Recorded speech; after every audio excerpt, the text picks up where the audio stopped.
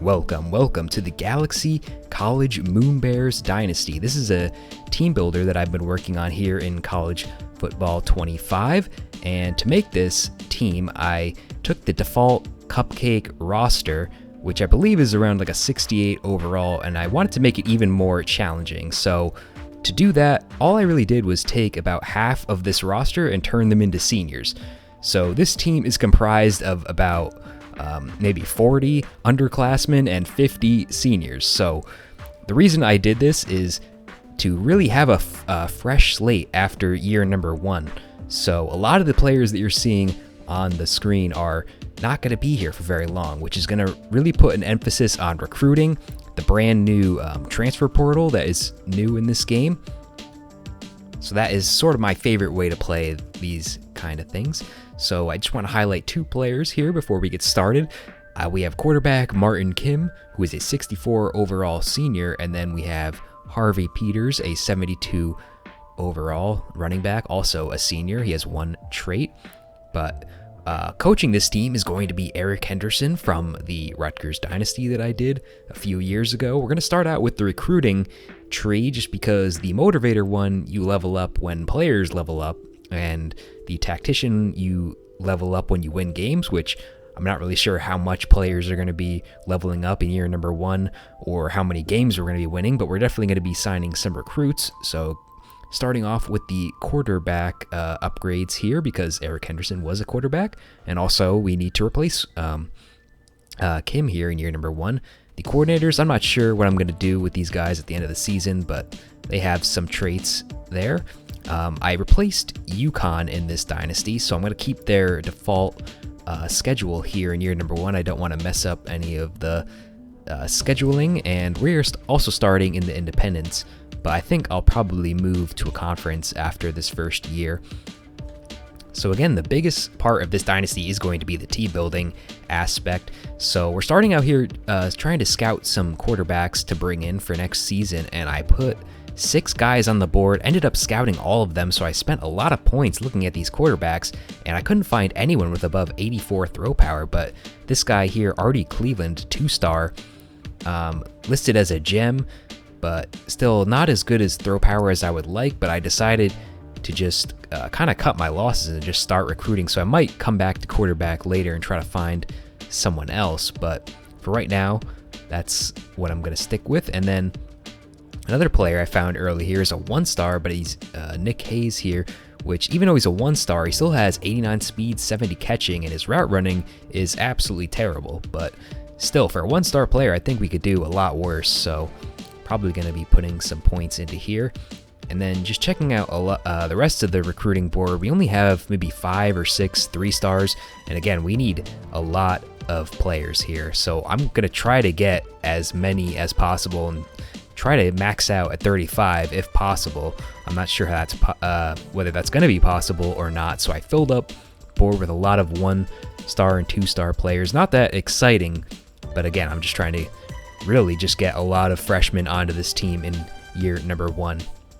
So after the first week of recruiting, we already have 3 players who want to take a visit here. We have Fitu Tawafia, I have no idea how to say that one, but a 1-star gem, and he's got some alright skills. So, and then for scheduling the visit, we really didn't have a matchup that was had a lot of bonuses if we win, except for Wake Forest, but I doubt we could really compete with them. So FAU is going to be a game that we're going to try to bring a lot of early recruits into.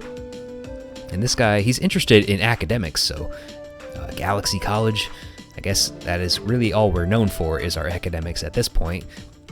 And we have the receiver, Nick Hayes, is already willing to come check us out. So we're also going to schedule him for that FAU game. And we know he really wants to stay home, so that is one thing we absolutely can offer. He's from Connecticut, so just a short drive to New Jersey, so looking to bring him in. And then the last player here is Troy Alexis, a guard. So building up the offensive line will be very important. And his run blocking is pretty bad, but his pass blocking, well, actually it's even worse, but impact blocking strength is good. All right, he'll be an okay backup. I think we do have some underclassmen at offensive line, so it shouldn't be too terrible, but he also likes the academics here, so we'll bring him in.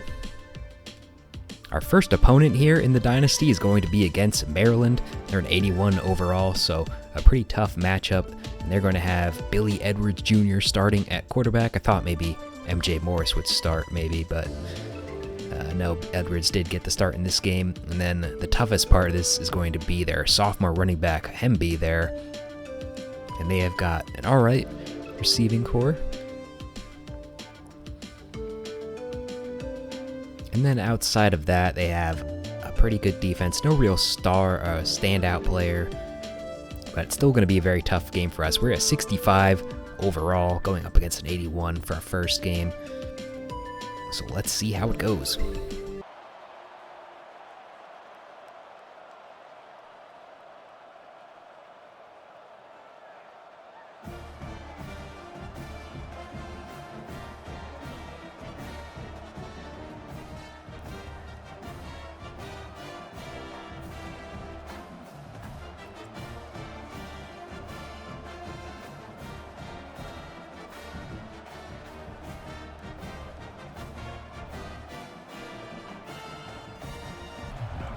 The Moonebears will get a chance to start with the ball first as the kickoff goes back to Buford Jr.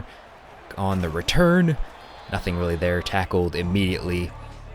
So the first ever drive for the Galaxy College Moonebears will start at the 16 here facing Maryland in their stadium. First play is a handoff to Peters, only a gain of 2 that time. Now, second down and 8, Kim looking to throw for the first time. Over the middle is Doyle. That is the senior tight end from Alabama. He's listed as a blocking tight end, but he will definitely need to be involved in the passing game here as that ball goes incomplete. Third down and 9. This one's going to be caught by Julio Young, but not enough for the first down. And now we will see the first plays of the game by the Maryland offense. This is going to be Edwards throwing to the left. Immediately tackled there for a gain of 4. Now this is going to be their star running back, Roman Henby, getting them down to only 2 yards to go. And on third down, we make the stop. Ali McRae, I think this is the backup right end. He's a junior, so at least we have one player so far that will be returning next season. Makes the huge play. Maryland 3 and out. Now the Moonebears back on offense, but we're already in a third down situation. The floated pass. This is going to be Julio Young again. The first down in team history. Kim looking to throw again. This is Young again for the third time already in 2 drives, leading to a 2nd and 4. Now throwing over to the left. This is going to be Tyson, the backup running back, who I guess also goes out and runs routes. Big play there. This is going to set up the Moonebears right around the 20, running left. This is going to be Cameron Stewart, the third-string running back. And now looking to throw here for Kim, going to the end zone. He has a man open. It's Julio Young yet again, and they are ruling this a touchdown. Did he get the foot down is the question, but a great route and throw there by our quarterback. And on this replay, looks like he just may have snuck that foot in. Here's a picture. A little bit of green grass. That is a touchdown. We take the lead here against Maryland. So now the Terrapins are looking to respond. We get them to a quick third down situation. Here's Henby running up the middle. Easy first down pickup there. And only a few plays left in the first quarter as Edwards is going to throw the interception. He's still going. And that is a huge turn of events here early in this first quarter. We get the touchdown, now the turnover. We have a chance to go up 2 scores here. But there is still 17 yards to the end zone. This is Jaquiz Blanks who picked it off. Our sophomore linebacker. I believe he's not even a starter, so coming into the game, making a huge play. Definitely going to look to maybe start him in the near future. Although the offense is struggling right now, a third down. Looking to convert. Kim is just backing up, does not have anyone with insights. Fourth down, we will certainly take the points. That one just barely had that one fly into the goalpost. We will definitely take it. Up 2 scores.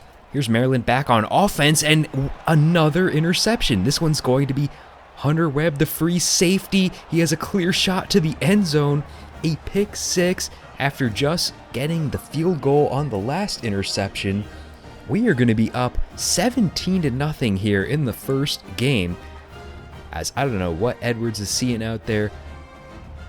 Webb catches the ball. No one around him. Right place, right time. Maryland's ball yet again. Here's the play action for Edwards over to the side. Nothing there. Setting up a 3rd down and 4. Now he's got a huge hole over the left side. Letting up the big play there. Now Henby back on offense. A nice run here for him. Gain of 7. Here goes Henby once again. The middle of the field was wide open on that one.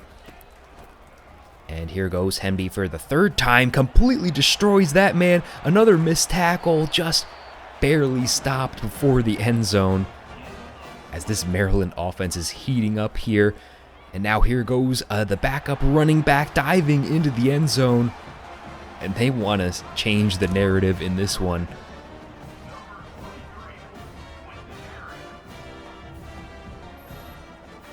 That was Colby McDonald, their senior running back. Diving, took a huge shot by one of our defenders there. 4 minutes left in the half. The Moonebears are still up by 10.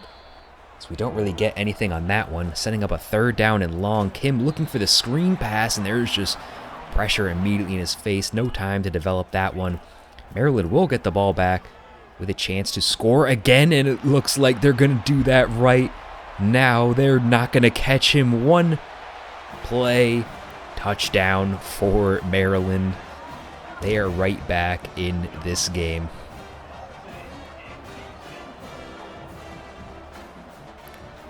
This is Shalik Knotts, the junior receiver for them. We have 3 minutes to try to do something on offense, but our offense has just been terrible right now. Losing 3 on that one. 2nd and long for Kim. He's going to try to bomb it up. The receiver does not have the speed to do that. Knocked away. 3rd and long now. Trying to get another long pass, but there's no time in the pocket. Down goes Kim. 2 minutes, and Maryland has another chance to score again, but that one is thankfully knocked out. This is Webb, who had that interception before. Makes a great play, knocking the ball away. 3rd down. Can we get off the field? And it looks like they caught that one. So right over midfield is Maryland. That time, receiver just didn't catch the ball. But 3rd down, they're going to try a screen of their own, and there is a lot of wide open grass, but not enough to get the first. 4th down. Let's see what they're going to do here. They are going to go for it. So getting aggressive here. Here's Henby running to the side, and we are going to stop them. That is Noah Walker, our junior cornerback. A huge play. No points on that drive from Maryland. We have a minute and a half to get something going here, but absolutely nothing is working so far. Here's the tight end kind of breaking open, but that's an overthrown ball. 3rd down and 4. This one's going to be thrown into traffic and swatted away. And here's Maryland with another shot at points here. It looks like they've had the ball like 4 times in these last couple of minutes. Now throwing to the side. They got a 3rd down and 1. And they're going to easily convert that one. He breaks off the tackle. There's only one man really left to beat, and thankfully he is tackled that time. As that one would have went all the way. We have 30 seconds to try to avoid something crazy. Knocking that one down. And this is getting crazy here in this last 30 seconds. Edwards with nothing really there, so he ends up just throwing it out of bounds. Maryland will take the points to try to tie it before halftime, and that one is good. That was a long one. And there we have it. That'll pretty much do it for the end of the half. A tie game after the explosive start for the Moonebears, going up 17-0, and then giving all of those 17 points right back to Maryland here. Of course, all of our points came off the 2 interceptions by Edwards. Then, of course, we have the 1-play bomb by Maryland. These are the types of plays that I was expecting to see here. Just a brand new team, not really any experience, just letting up the huge play. But we had some pretty good plays of our own. The toe tap at the sideline to start the game, that was pretty good. Probably our best highlight of the day. Edwards now throwing here to start off the second half. A nice play there, picking up around 15. And now they're going with the option. I didn't really think they would bust that out against us. Picks up 6 there. Edwards all day to throw. Finds his man on the sideline. There's no one even in the vicinity there. A huge play by Shalik Knotts. He's already over 120 yards. Had the touchdown earlier. Edwards now throwing to his man. That's Knotts again. Now throwing to the sideline here. Picks up a little bit. 3rd and 1 from about the 4. Finds his man on the sideline, but that's actually not enough for the first down. And let's see. They're going to kick the field goal, just take the points. Kind of surprised they didn't go up against it, considering how low overall our team is. But the Moonebears have the ball back, and that jet sweep is going nowhere. Losing 3. 3rd down and long. For Kim, he's not done particularly well in this situation. He had a man for a second there, but just throwing it too close to the sideline. Moonebears go 3 and out. Maryland back with the ball. Here's Edwards throwing over the middle, making it look easy. Are they going to catch him? I don't think they are. Maryland will take a more decisive lead and pointing to his watch there, saying it's time for this offense to work, and work they are. They're going to extend this lead out to 10. The Moonebears have completely deflated since the first quarter. Here's an alright pass. This is our best rated wide receiver, Virgil Bowers. I think that was maybe his first catch of the game. And here we go with Peters. The run game is not working at all. A few plays left here in the 3rd quarter. Kim with nothing left to throw. Nothing left again. Just throwing out of bounds there. 3rd down and 13. Will the screen work this time? Oh, we got the exact look we wanted, but no block there. That could have maybe converted for us, but just a missed assignment. Maryland up 10 in the 4th quarter. Things are not looking good for Galaxy College here. Here's Henby, though, running, and we get a good stop there. We got to get him off the field here. Edwards has the ball knocked out of the receiver's hands. Moonebears do have still have a chance in this game, trying to hit the running back out of the backfield, wildly sailing out of bounds. We just cannot get anything going here. Over the middle, we catch the ball. Now it's a 4th down, and we of course got to go for it here, down 10 with 8 minutes left. Kim takes the pass, throws over the middle. This is going to be Doyle.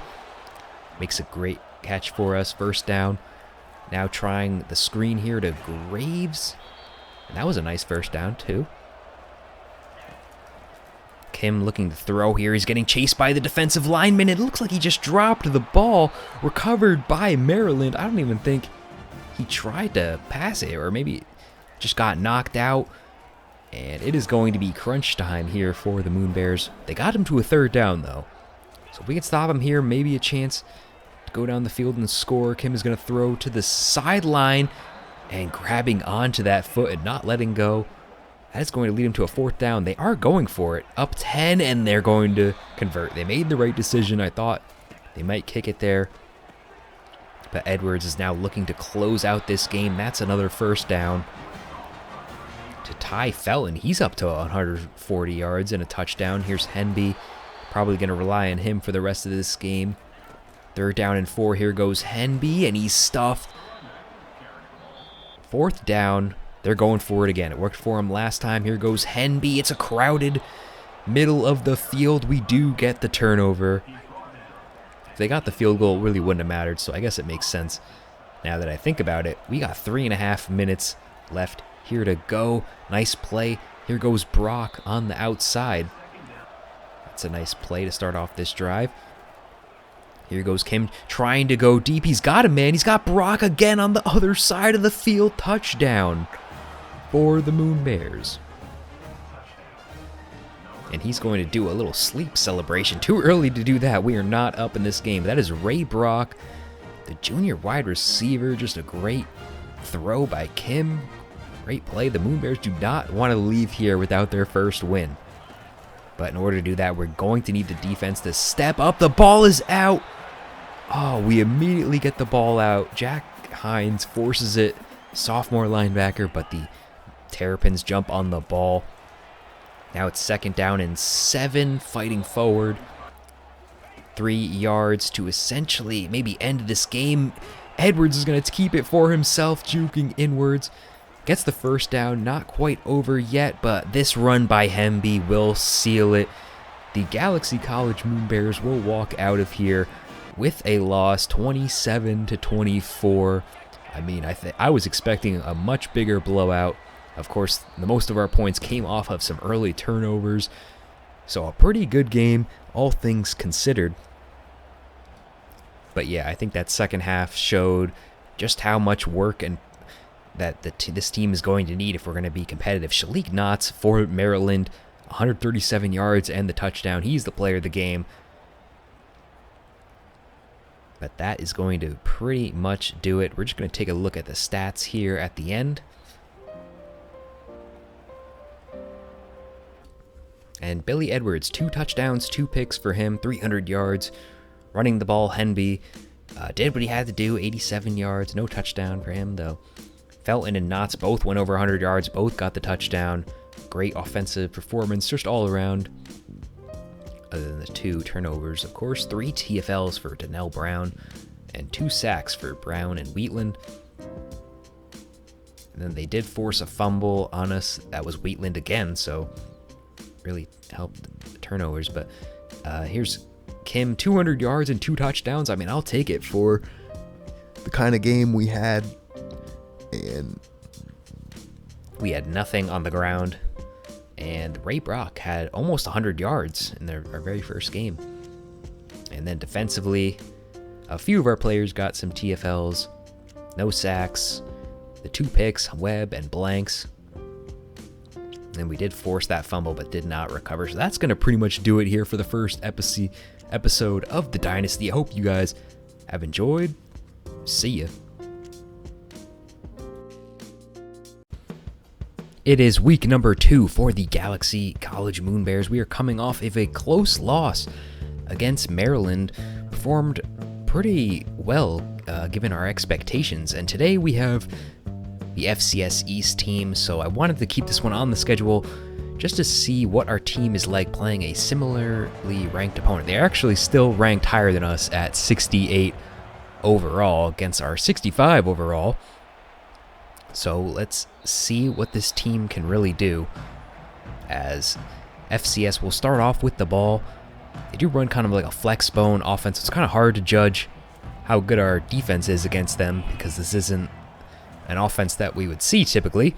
But they're going to start handing off to their running back, and really nothing there. Only a gain of 1. Now handing it off to the fullback, a wide open hole up the middle. First down for the Astronauts. Now a handoff, this time going up only for about 5, leading to a 3rd down situation, trying to get them off the field. He's just going to chuck this one out of bounds. Not an intentional grounding, because I guess he targeted that receiver. So the Moonebears will start their first drive. This is going to be a run for Peters, getting us 4 yards away from the sticks. Now throwing, this time is going to be Vic Bowers. Catching that one. Getting us the first down. Now handing it off to Julio Young, who had a huge game last time. The slow juke, but still picking up a big gain right there. Had the touchdown last week. Maybe looking to be our number 1 receiver, as we are going to throw this one to the tight end, Miles Harrison. Gets us to a 2nd down and 1. Kim now looking to throw downfield. He's just going to dump this one off to Peters out of the end zone. Now looking to throw again, targeting Peters once again, almost took out the ref on that play, but getting us into a 1st and goal situation.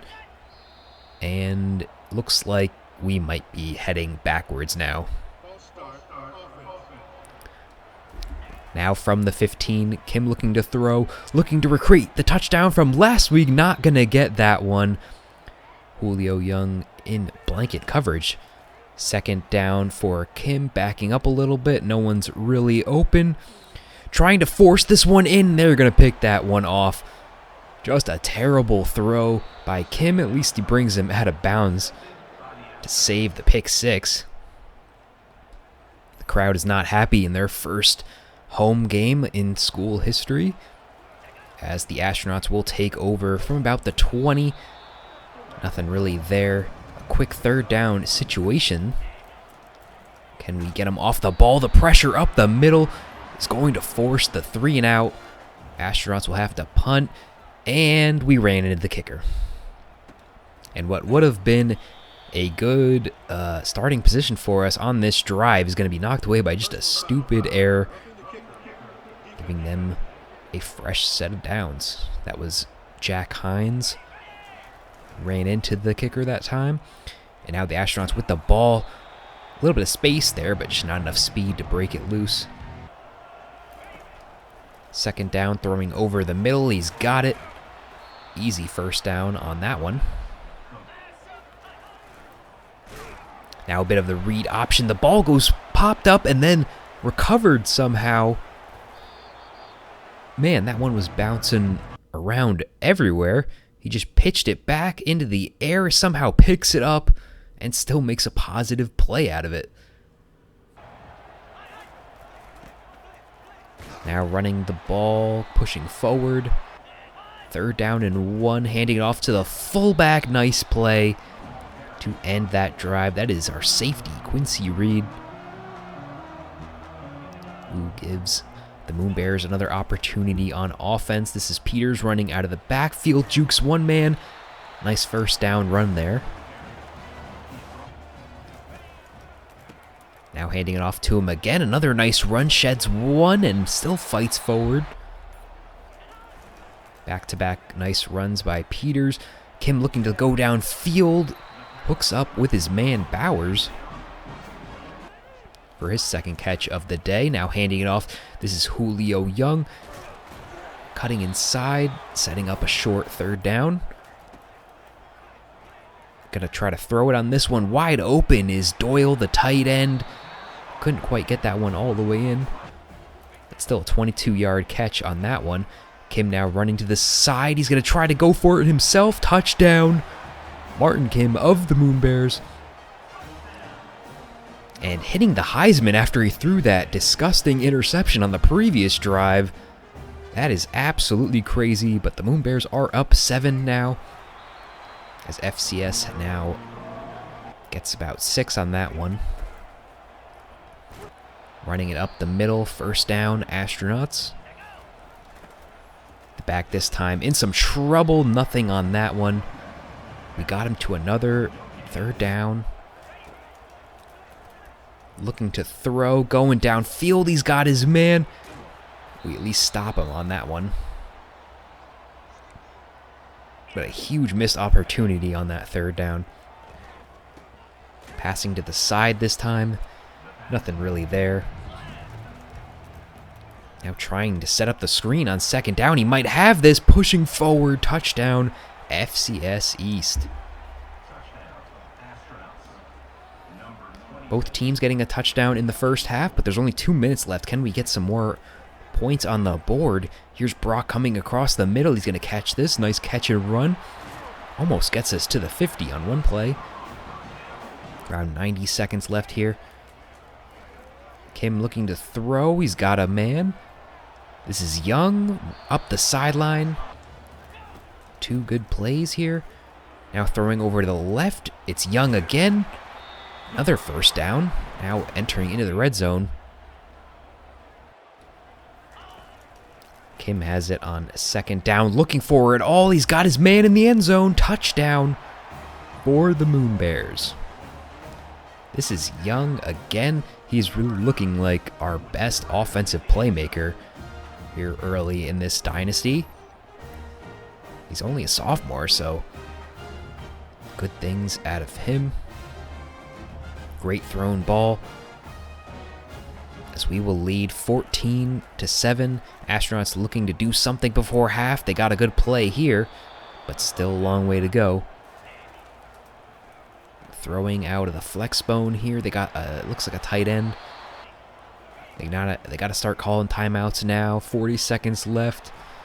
Out of the backfield, just over the logo.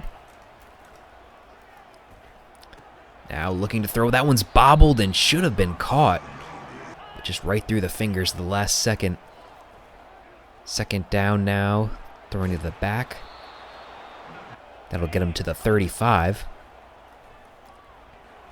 Now feeling some pressure, just going to run for it. He does pick up a little bit. 20 seconds left. We've got to try to hold him to a field goal here, as they will get a big chunk on that play.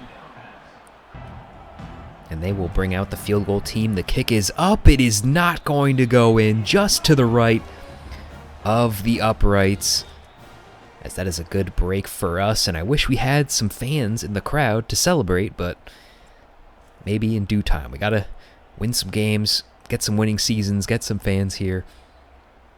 As after the first half, pretty decent for us. Other than the one ugly interception, it's been pretty good. Good run game. Of course, the great throw by him. He got clocked on that pass too. As they did get that one score there. The Moonebears will start off with the ball in the second half. This is going to be thrown over to Peters, who will get us up to our own 40. Now throwing over the middle. This is going to be Julio Young. Another great play for him. Picking up enough yards to get him almost he's got a little more than 70 now. Backup running back Tyson in the game. Nothing really there. Now throwing to the left. This is Bowers. He cannot hold on. The contact jarred the ball loose. We got a third down situation. Throwing to the side. There's a flag down, but we did not convert. And that is going to be a holding call anyway. So that's going to set up fourth down, and we shank the kick. It was a 50-yarder, and kicking is pretty difficult in this game. But just completely shanked kick. We will definitely not be kicking from that range again. The Astronauts have the ball, and they got some room to run. One play already into our own 40. As now the fullback will run up the ball. He's got a block, but he had to dodge his own teammate. He would have scored on that if not for his own teammate getting in the way. Throwing now. Only a gain of 6 on that one. Now the option. The quarterback will take that one. Not enough for the first, but they will easily be able to pick it up here. We almost just dragged him into the end zone. First and goal. This is where they should shine. Diving over the line. Touchdown, FCS. And in back-to-back weeks, we have dudes diving over for the touchdown. This is a great throw by Kim here, but is it coming back? Looks like it is. Holding call. This time it's on our left guard. Setting us up with third down, going over the middle. Who else but Julio Young? Down to the 45. In Astronauts territory.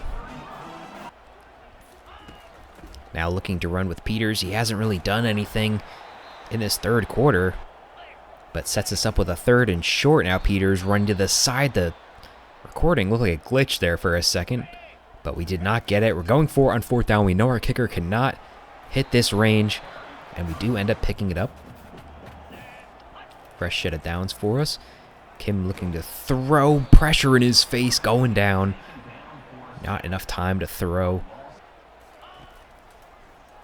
As we need to break this tie. Kim going for it all. Man has his step, but the ball is just slightly underthrown.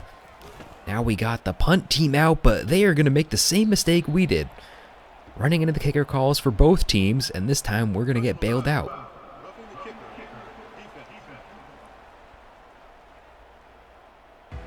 As we will now head into this fourth quarter with a chance to take the lead. This is going to be Brock on the catch, picking up 8.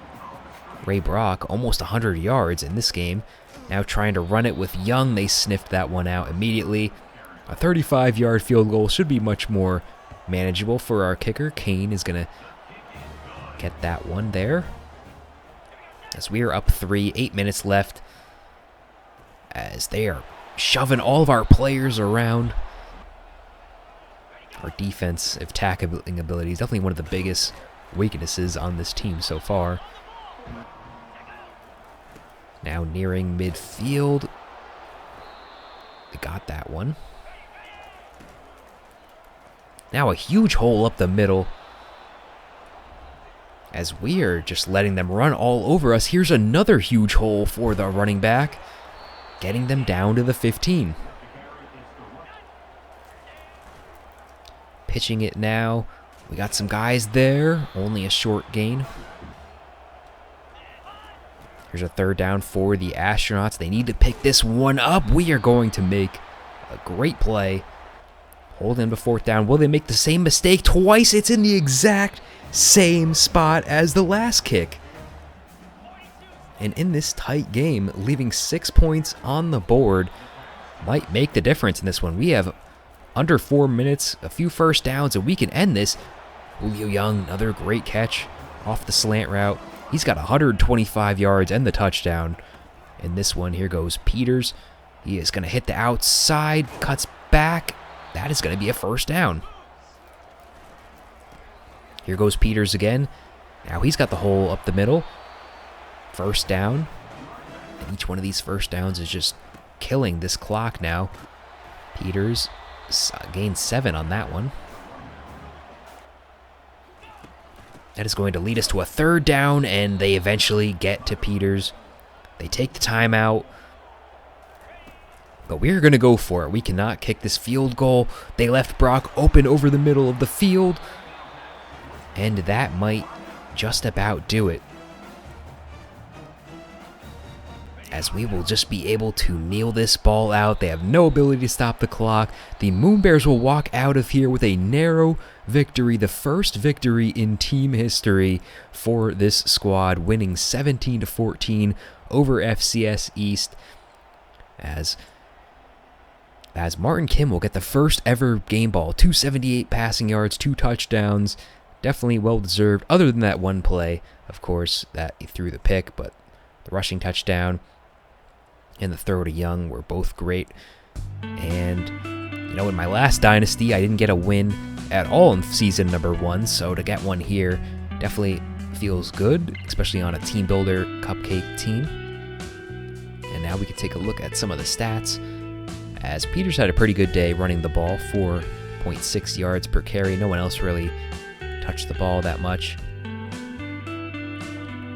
at least running it, as Young did have 125 and 1 touchdown. Great day from him.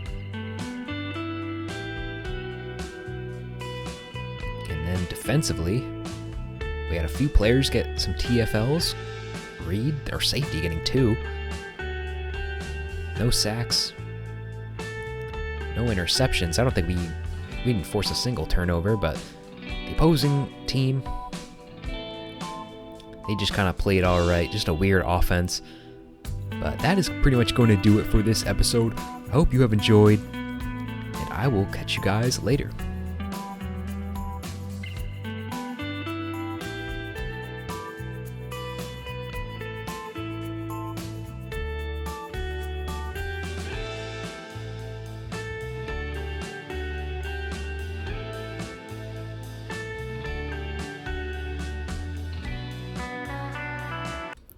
Welcome back to week number 3 of the Galaxy College Moonebears Dynasty. We're going to be taking on a tough opponent this week in 2-0 Duke, so I thought I would just start this episode by looking at some recruiting. And this is the quarterback that we're really trying to go after right now, Artie Cleveland, 2-star, does have the gem, and we are going to be scheduling his visit and I'm just going as soon as possible with a lot of these visits, so I scheduled him against FAU, but then I kind of swapped around some of the points to make sure we're kind of going all in. I want to get some recruits. We haven't actually gotten a single recruit yet so far, and with a lot of spots on the roster after this year, we definitely need to kick it into gear. So going to be upping the ante on wide receiver Nick Hayes. He's only 1 star, but I really just need to kick it into gear on the recruiting front. So we got some coach points to spend. We did start as the recruiting archetype, so we're going here. We got level 2 in the quarterback tree, but I think I come back and put the 3rd point into the quarterback tree.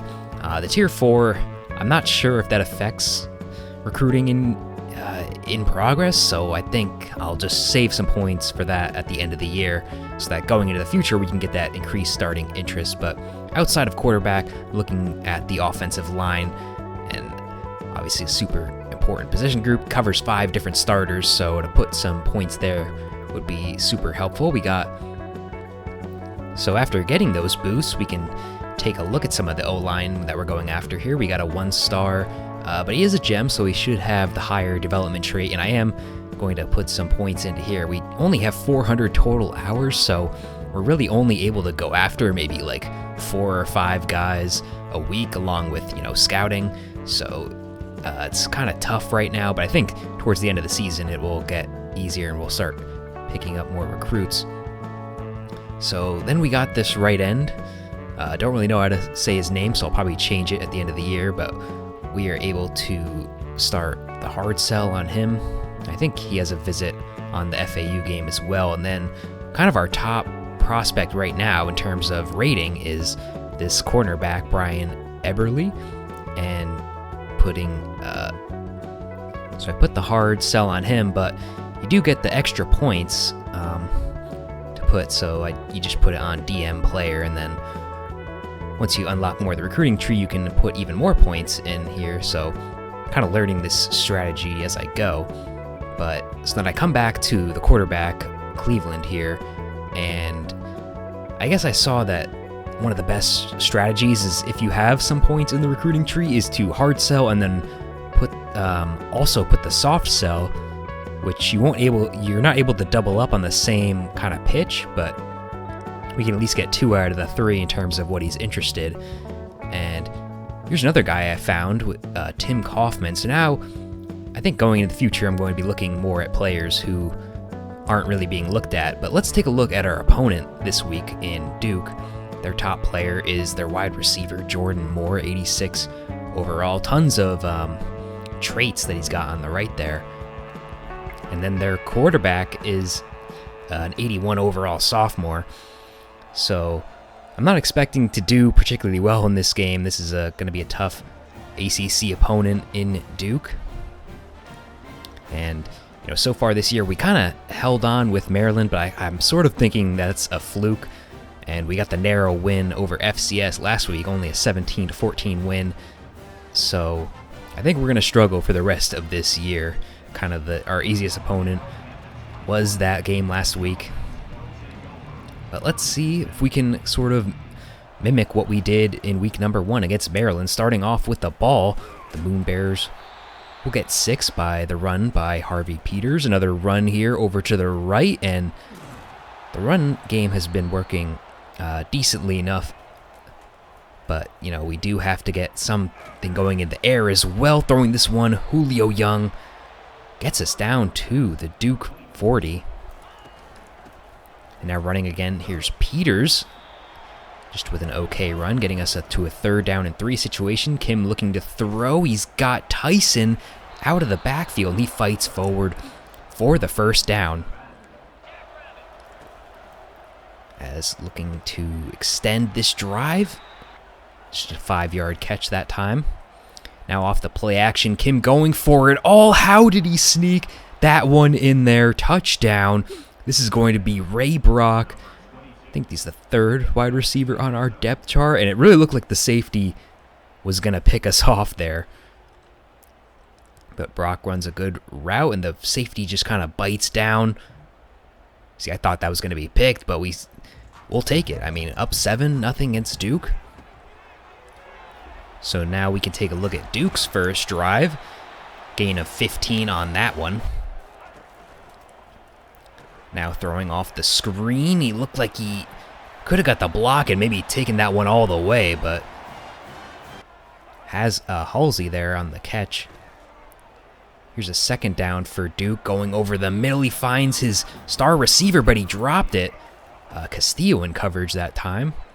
Setting up a third down, but they're going to pick it up on this one.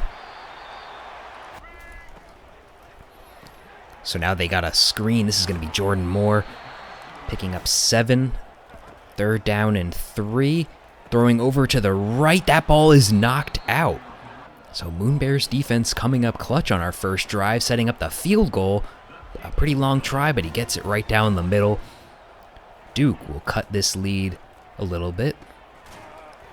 Now back to the Moonebears offense. Trying to avoid a 3 and out here. Kim with nothing really open. He's going to try to take it for himself, fighting forward, reaching forward. And they're going to signal first down.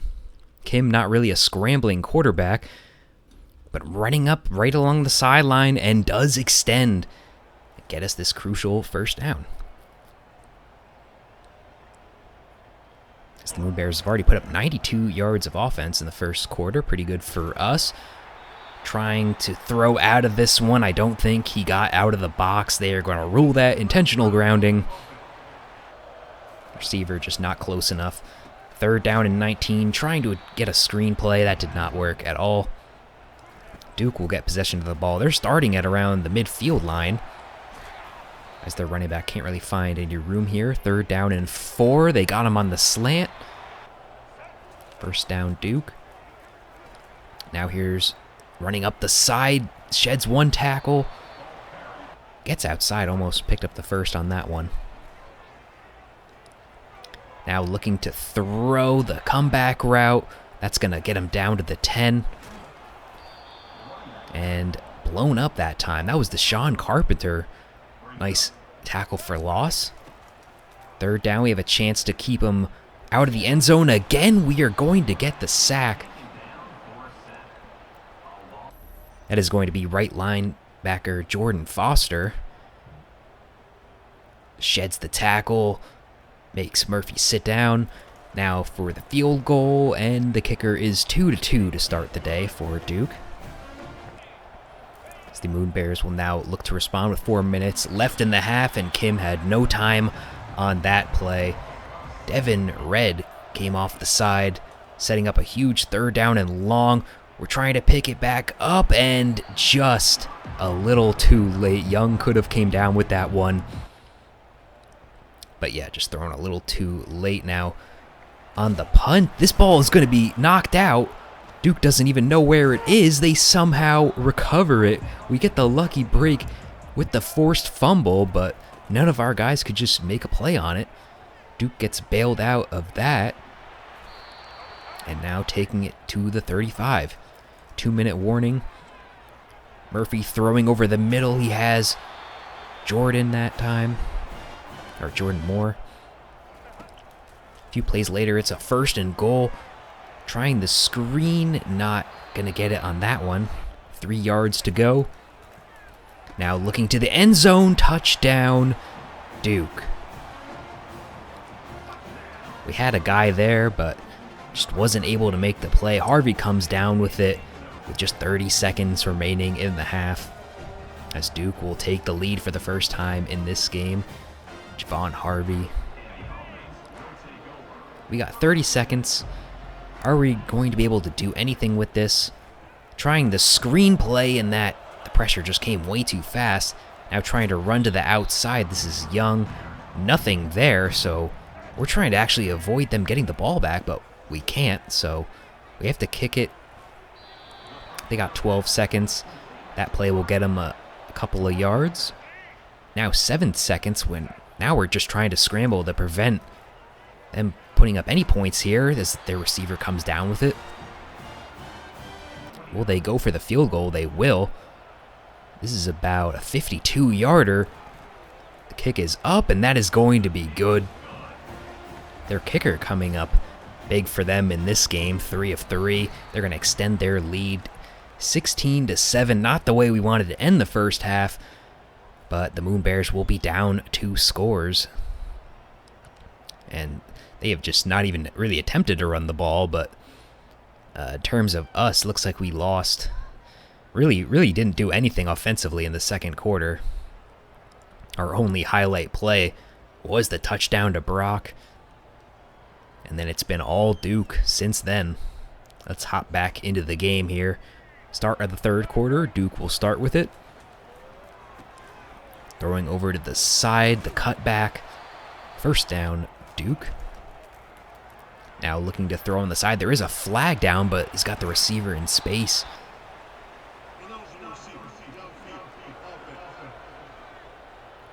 And we actually get a little bit of a break here. An illegal man downfield, but it's going to set up a third down, and Carpenter comes up huge on that play. Ending the Duke drive. No points for them. Moonebears will take over. Here goes Brock. Nice play. Picking up about 15 there. Here goes Peters running it. He's got a hole. Jukes one man, but doesn't really pick up anything after that. Moonebears at midfield. Here's another wide open hole. This time it's Tyson running to the right. And just trying to get, a good drive here. Really haven't had one since the first quarter. Here goes Peters, setting up a third and short. Trying to throw for it. And that was just a really bad call there. We are close enough maybe for a field goal. Kicking in this game is pretty tough, but that is a good kick that time. Just not enough on the leg. So we had that wild kick in the last game that just shanked it, but this time just not enough power coming up. Maybe a foot or two from getting that one. Not able to cut it to a one-score lead. Duke now throwing to their man Moore. Third down and inches, the quick play, and that one's going to be broken up. Fourth down and inches, but they are going to go for it here. Only a few inches to get. They will pick it up on that one. As we are actually already into the fourth quarter. Third quarter kind of blew by there. But we have to come up big here. Running the ball. This time he's going to cut back. Pick up 7 on that one. They were just killing us with these little chunk plays, and now they're going to find the end zone. This is Javon Harvey, who caught the ball before. So his second touchdown of the day. As now Duke is kind of looking just to run away with this one. And our linebackers just couldn't make the play on the goal line. Now going for the 2-point. He's going to fight forward, and the 2-point is good. That will extend the lead to 17 here. Can the Moonebears come back down 17 with 6 minutes left to go? And it looks like that's not going to happen. Just a really bad throw that time by Kim. And he's waving to the crowd. He thinks he just put the dagger in this one. Probably did. So on third down and 1, that's going to be more jumping for the ball. Nice catch by him as they were just now taking time off the clock. Duke going to the end zone, touchdown. So we go from us down 17. Now Duke will be up by 24. This game is pretty much over, and that's just to rub more salt on the wound. This time it wasn't that terrible of a decision to throw that ball, but Beyer here just makes a crazy jump on this pass. Not the greatest angle to kind of look at it, but just a crazy jump. Gets that pick, and we're probably just going to be looking to get out of this one as soon as possible. And on the first play of their drive, the quarterback will just run it straight in, and now we are in just a complete blowout scenario. As Duke has now put up, I think, 20 in just this fourth quarter just alone. 3 minutes left. Do we have anything to show for the remainder of this game? We got a flag down on this play. To make matters worse, we are even holding here. Third down and long. Just going to kind of chuck it up. I don't really want to get a third interception, but not even enough time to really set up, the vertical throw.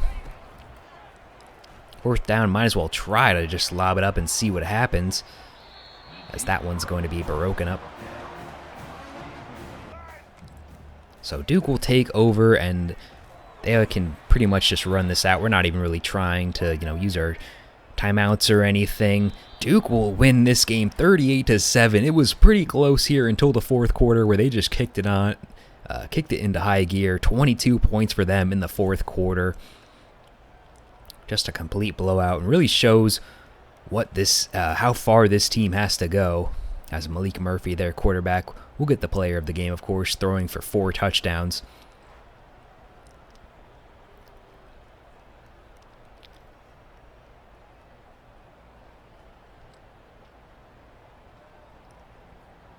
So I wanted to share some good news after that complete blowout. We got the first recruit of our series, Fetu Toifia. Again, I'm going to change the name on that guy, but our first commit in school history. So a little bit of positivity there after just a terrible game by us. And as the stats roll out, I'll just sign off here. Thank you guys for watching. Subscribe if you haven't, and I will catch you guys in the next one. Goodbye.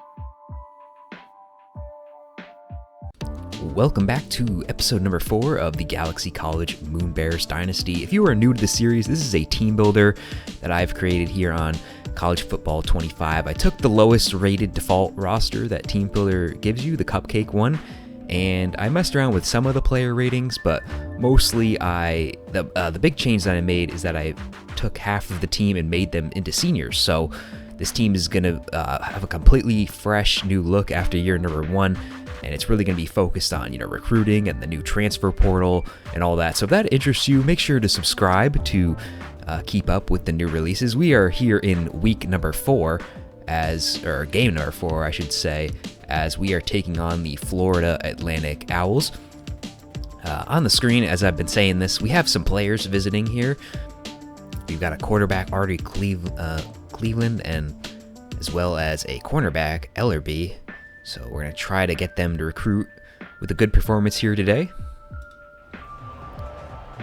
So our only win of the year so far has been against an FCS opponent. So we're trying to get our first FBS win here against Florida Atlantic. We might be able to do it. They have the same record as us, sitting at 1-2. They have junior quarterback Cameron Fancher, 77 overall. So trying to stop him is going to be our main priority here on the first drive, as we're going to get him quickly to a 3rd down situation. Fancher throwing over the middle, wide open, no one covering the middle of the field. That's going to be more for the Owls.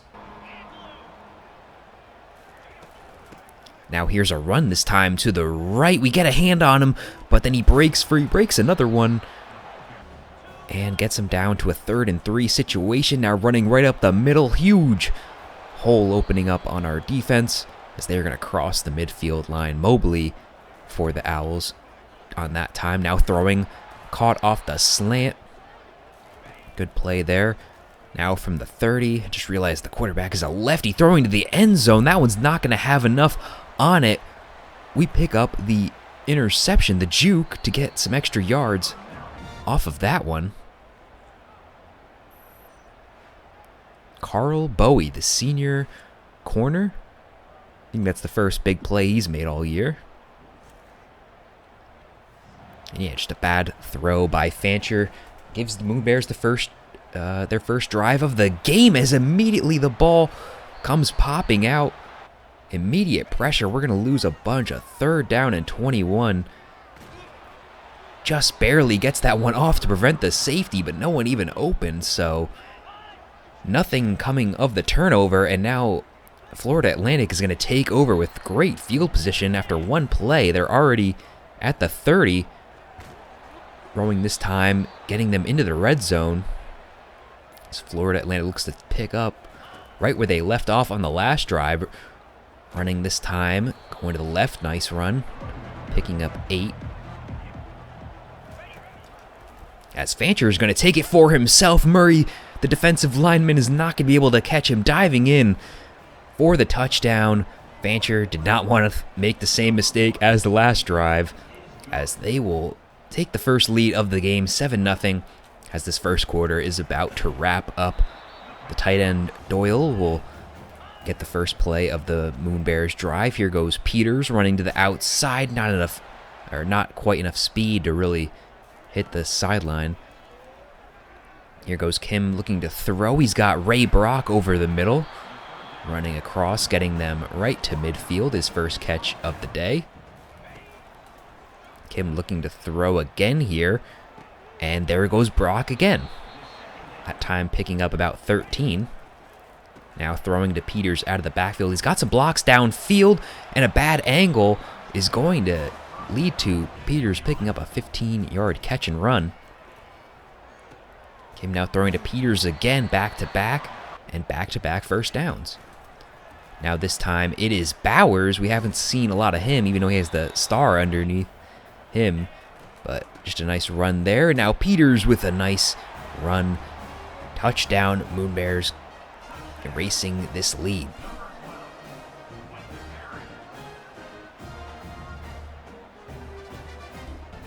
As that is his second touchdown of the year on the ground for Peters.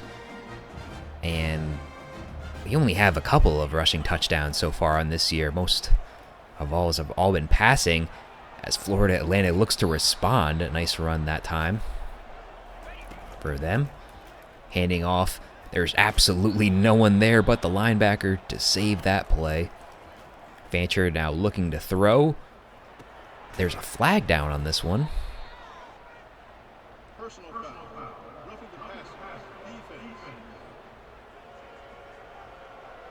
And so they're going to hit Frankie Flores with the roughing the passer, giving Florida Atlantic a fresh set of downs. Almost just made a huge play that time, but luckily dropped for us. Second down, throwing it right to Quincy Reed, the freshman safety. He is off to the races. Fancher is not going to catch him. Will Johnson, the running back, catch him? No. A defensive touchdown for the Moonebears, as the freshman Reed takes it back 70 yards off of the play. We had a similar play last week, but we were the ones throwing the pick six. But this time, it works in our favor.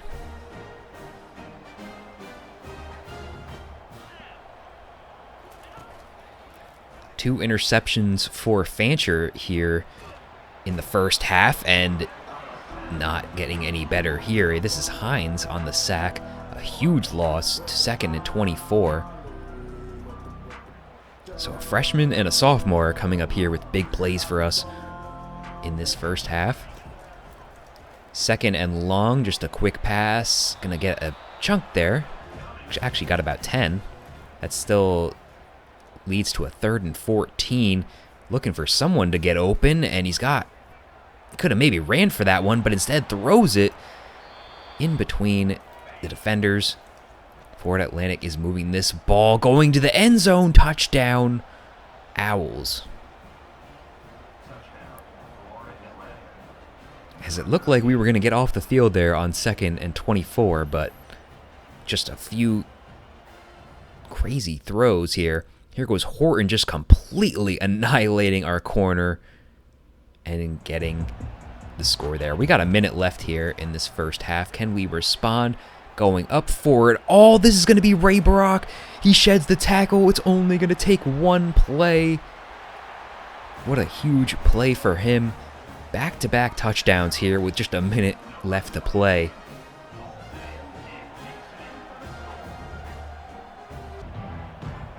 Can FAU respond here?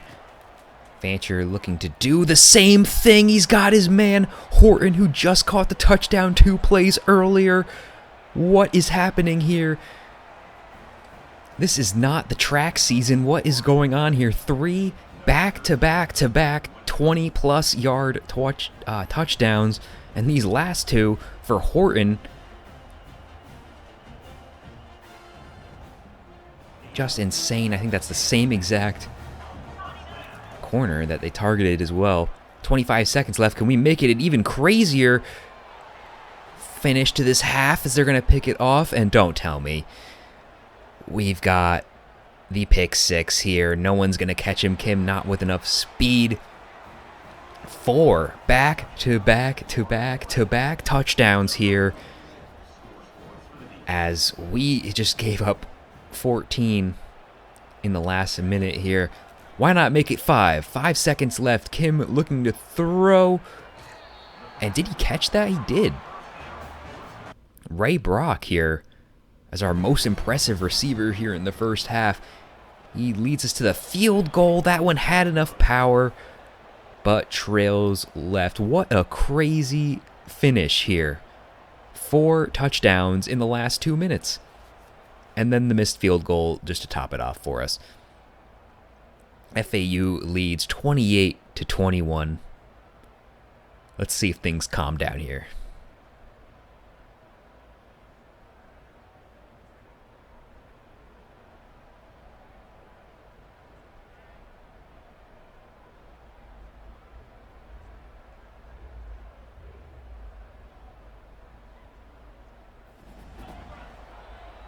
The Moonebears will start off with the ball. Here is Peters catching off the screen. Got one good block there. And that'll take us down to the 50. Here goes the backup running back, Tyson. Keontae Tyson getting us 8 on that time.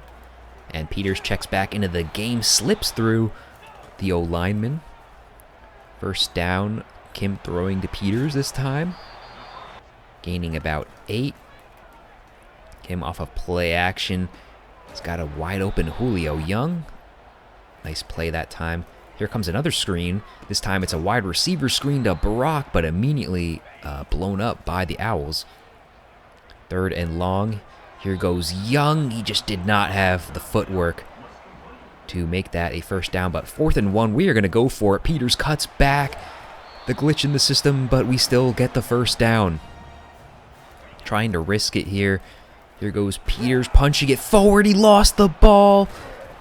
Oh, man, we made the correct decision to go for it, and then we cough it up anyway.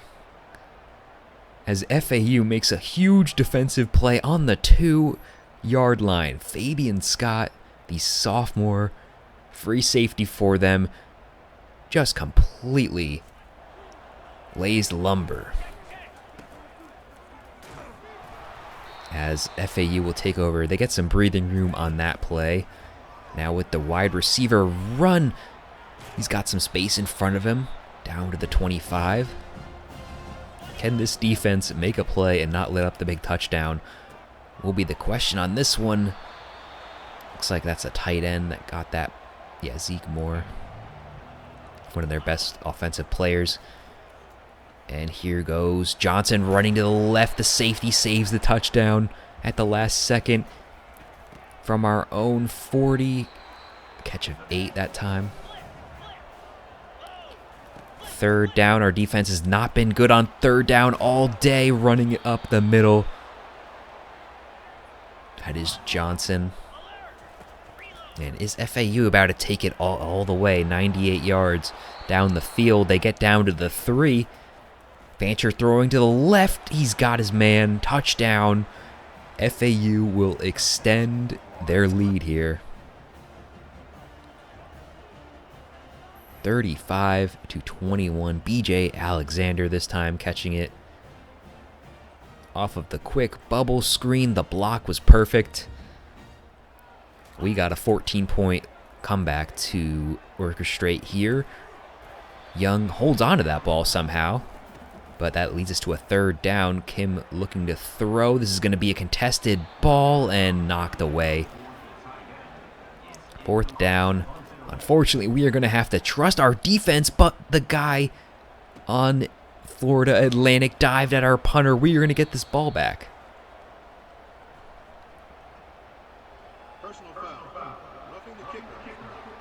a lucky break for us here in the fourth quarter. Roughing the kicker, tack on 15. But we got a third down here. Peters fighting forward, does not have enough for the first. We got to go for it here at this point. Peters has an open lane down the sideline. One man to beat, does not, but still a great run that time. As Peters only has 61 yards, but it feels like a lot more. Young catching and juking his way to the 30. Kim throwing this time. He's got Brock. Immediately tackled. 1st and 10 for Kim. He's got Keontae Tyson, the backup running back, getting us in within the 5. Looking for the end zone over the head of the defender. Ray Brock gets his second score of the day.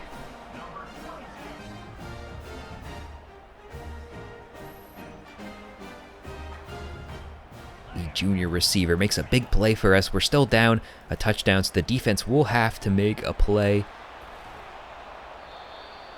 as they're going to pick up a huge chunk of yards. Not the way we want to start. They're already nearing field goal range. Fancher this time waiting patiently for his target to open. Down to the 15. They are pretty much guaranteed a field goal at this point. Although the kicking is kind of weird in this game, but we got to do something here. 1st and goal, running up the middle, and the final effort by Johnson will get them the touchdown here, bringing the lead back to 14 as he taunts the fans there a little bit. FAU 42, Moonebears 28. We need 2 scores. Young makes one man miss. That's a great way to start, but I mean, even if we score here, we'll have to kick an onside. 1 minute and 30 left to play. Here goes Peters, not getting to the sideline, so we're going to take about 10 seconds off the clock here. Here goes the pass. This is one of our backup wide receiver peaks coming in here late in the game. 3rd down and 10. We need to really do something here, but that's going to be picked off. That's going to pretty much end the game. We had to do something with 1 minute left, so I don't really fault the throw, but really had to make something happen here late in this game. And that's Philip Dunham's 2nd interception of the day, as he picks off Kim on the desperation play. The final score will be 42-28. What a wild game there in the second. Nothing in the third quarter. And then FAU doing what they got to do in the fourth to get the victory. Fancher, of course, the player of the game. 4 touchdowns, over 300 yards. Completed almost 80% of his passes. He did a great job for them. And that is going to pretty much wrap up this episode. Remember to subscribe for future episodes, and I will catch you guys later as the stats roll out. Goodbye.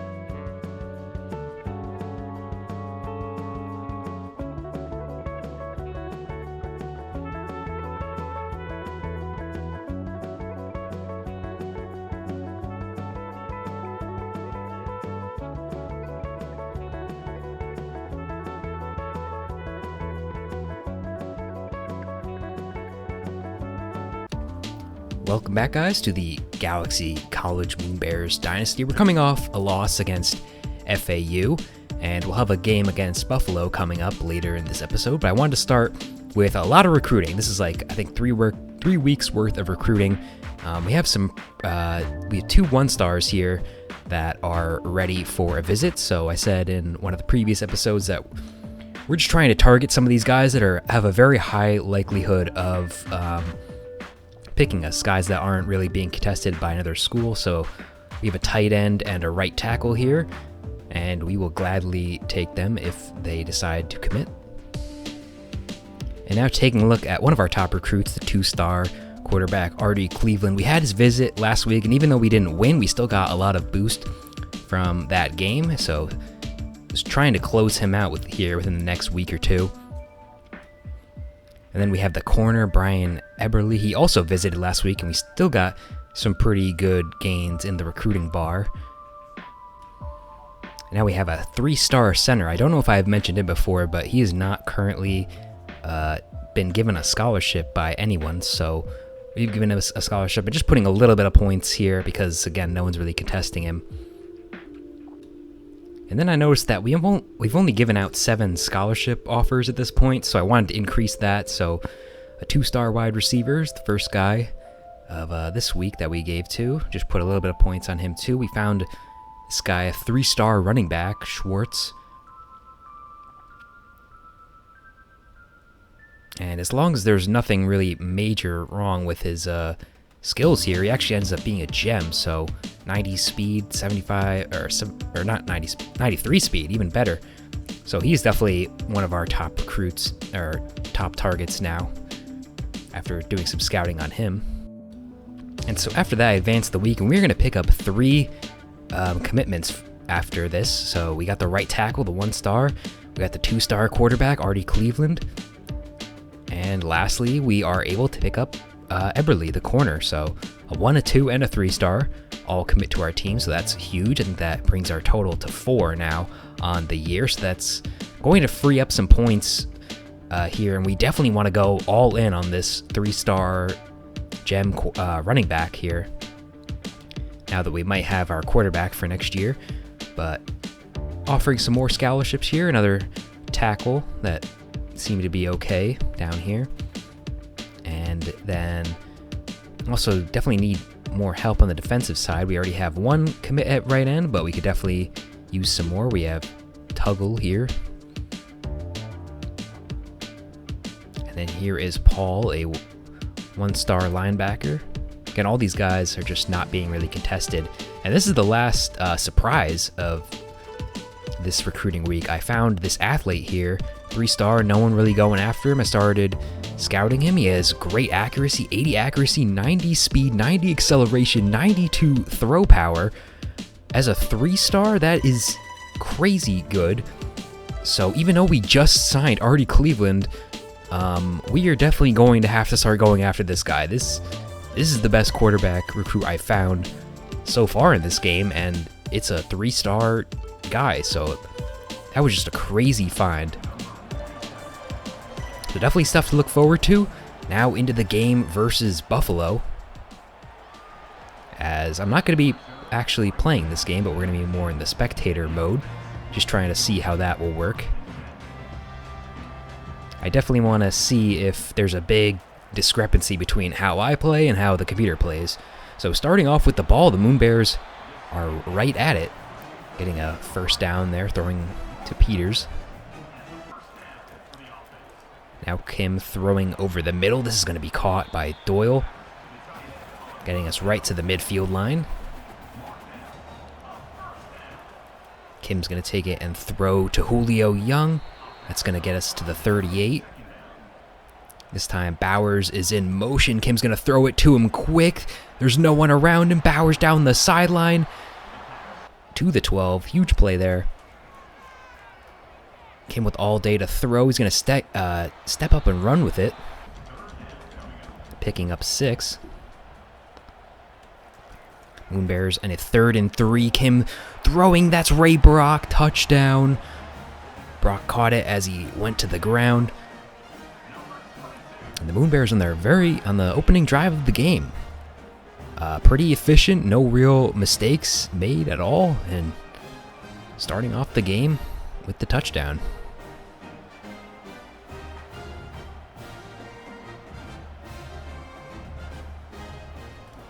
So now Buffalo will have their first drive of the game. This is the quarterback, Ogbonna, who's going to take it for himself. almost getting the first on that play. So second down for Buffalo. Running this one right up the middle. Easy first down that time. So now throwing for the first time, Agbana is going to connect with his tight end. A few plays later, it's a third down situation. The diving catch made, keeping this drive alive for Buffalo. There's a flag down on this play after the 8-yard gain.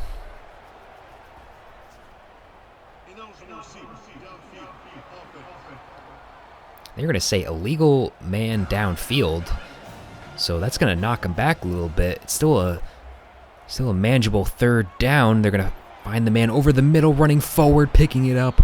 The penalty does not work in our favor, and that's actually going to end the first quarter, so going by pretty quickly here, but Moonebears up on top after the first quarter.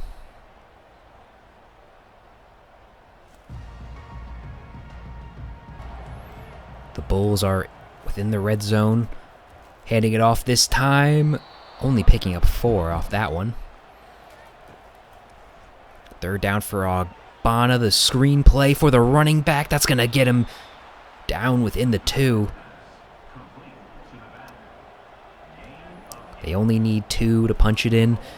Fake the handoff throw. That completely fooled our defense. Touchdown, Buffalo. They will tie it up. And that is Morrow, the receiver, one of their best receivers. So both teams have only had 1 possession here, and both put up a very efficient long drive. It's now pretty much midway through the second quarter, and we will have to respond here. This pass by Kim is going to be caught by Bowers. How did he break out of that one? Huge play downfield, as this play is actually going to put Kim over 1,000 yards passing this season. And of course, the record books are completely empty, so he is the all-time leading passer at Galaxy College. Now adding on to that record here, as Peters is going to catch this one out of the backfield. Nice play into Bulls territory. The Moonebears don't line up under center very often, but throwing this time, this is going to be Doyle. Only a short gain of about 5 on that one. Now Bowers in motion. Again, the screen goes dark. The controller is off, but Kim with all day to throw, and it's going to be intercepted. He went for it all, tried to hit Brock in the end zone. Corner just read it the whole way. That's going to be a huge mistake here. This is senior corner Jaden Oliver. Kim had all day to throw, so you think there's got to be something there, but just a huge mistake, and Buffalo will now have the ball with about 4 minutes left here in the half, shoving off one guy. Barksdale, the running back, gets him almost to the first. Here he goes again. Actually didn't gain anything on that one. I don't know how he did not pick up any yards on that play, but we'll take it. Moonebear ball. Great throw. Here goes the jet sweep by Bowers, as usually it's Young who takes those. But 2 minutes left here for the Moonebears. Not going to get really anything off of that play. Third down. Brock is going to pick it up for us. Nice catch. Now a first down. Throwing. This is going to be Doyle. He sheds the tackle. Touchdown. Calvin Doyle. The tight end is going to retake our lead here with just a minute left in this first half.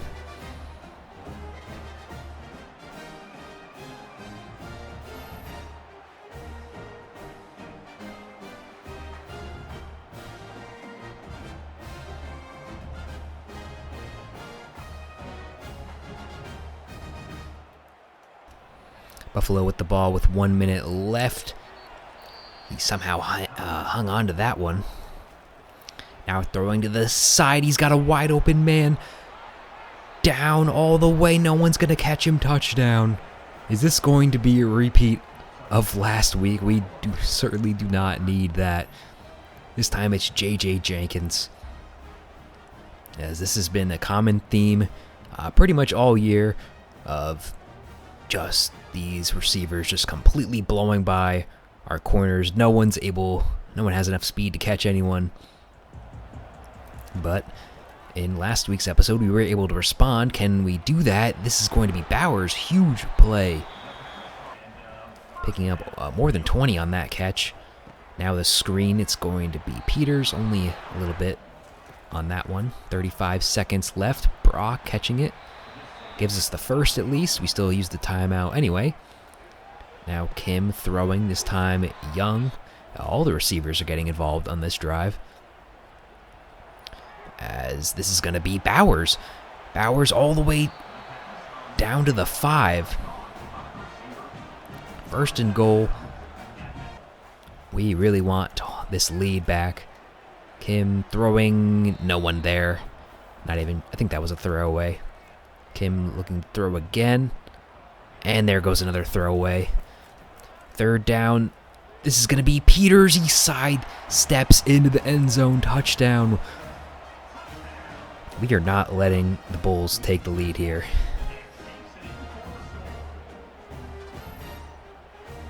As what a great play to just stay in bounds here. Looked like he was right about to go out, and just at the last second gives us the 21-14 lead heading into halftime. And so far, the CPU versus CPU game has been going a lot better than I thought. I thought we were really going to struggle with the CPU offense specifically. But, I mean, they put up 3 impressive scoring drives, so I don't really know what to take away from this game so far. The Bulls will start with the ball after halftime. Nothing on this one. Quickly into a 3rd and long situation.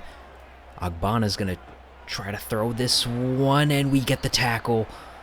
3 and out for Buffalo. Moonebears will get their first drive of the second half. This one not picking up much. 3rd down and 6. Kim looking to throw. He's going to find his man over the middle. Crossing the 50, but we do have an injury here. This is one of our linemen, Perkins. Here is Kim. Did not see the pressure coming off the left side. Down he goes. This was Malin White, the defensive end for Buffalo. Just no time to react, as that's going to lead to a 2nd and 19. Trying to get back some of these yards. Doyle's going to pick up about 7. 13. We're going to try the screen play. This is going to be Peters. That one was destined to fail.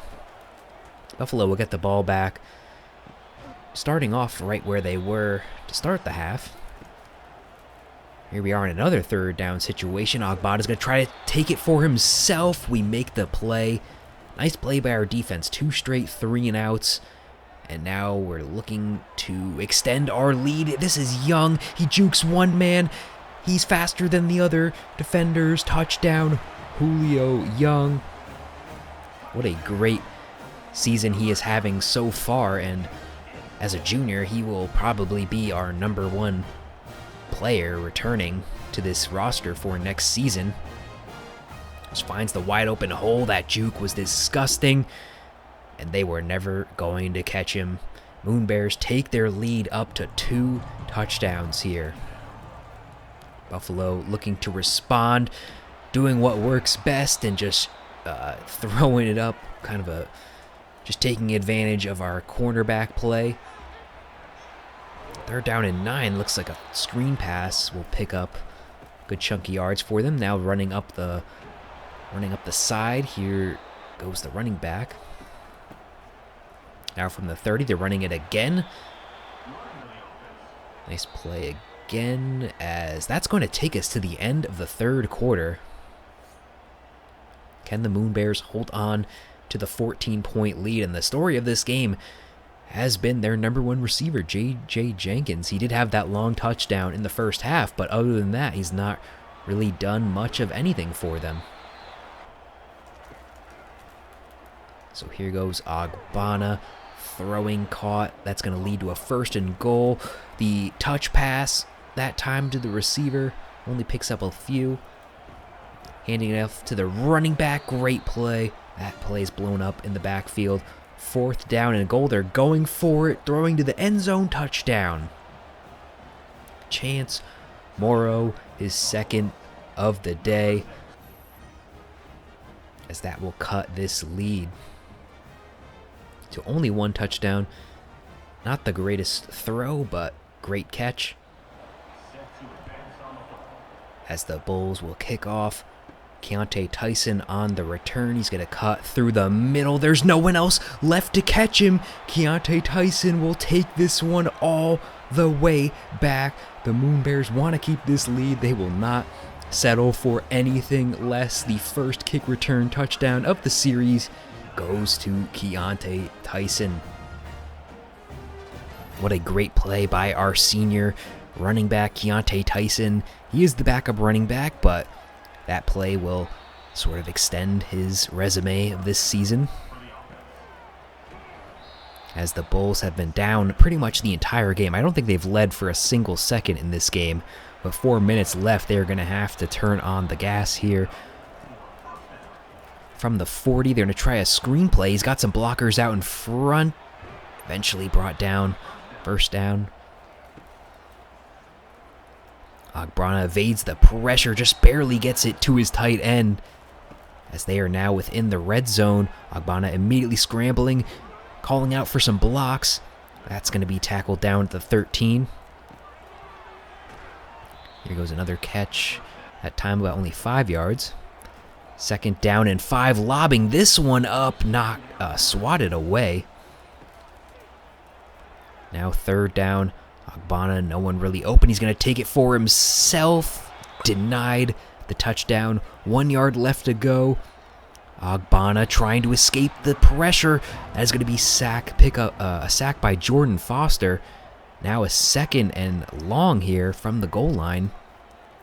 That's going to get him a few.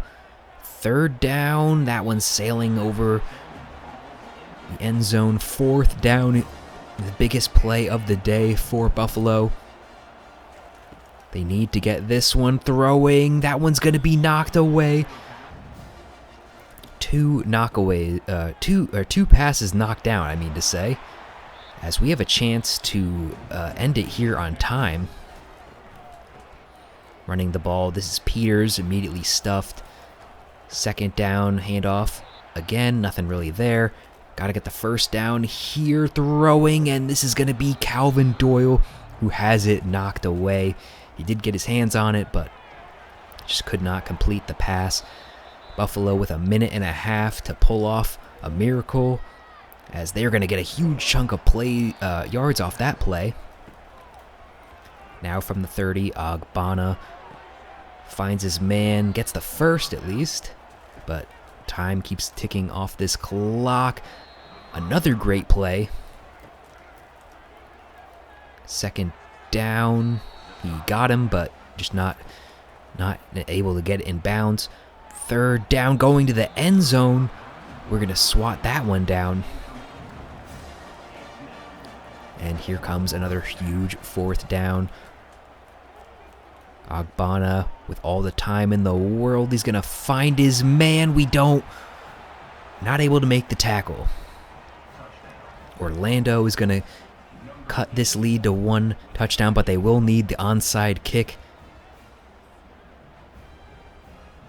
As the Moonebear fans are waiting nervously, can they get their first win against a Division I FBS opponent? As we could just take a look at this touchdown here again, we could have maybe made the play on the ball, or play on the tackle, I mean. Here comes the onside to decide the game. We pick it up, and now he just needs to not fumble it.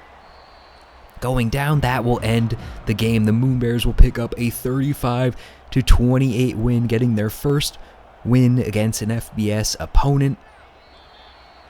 And after the last few weeks, this one's gotta feel good.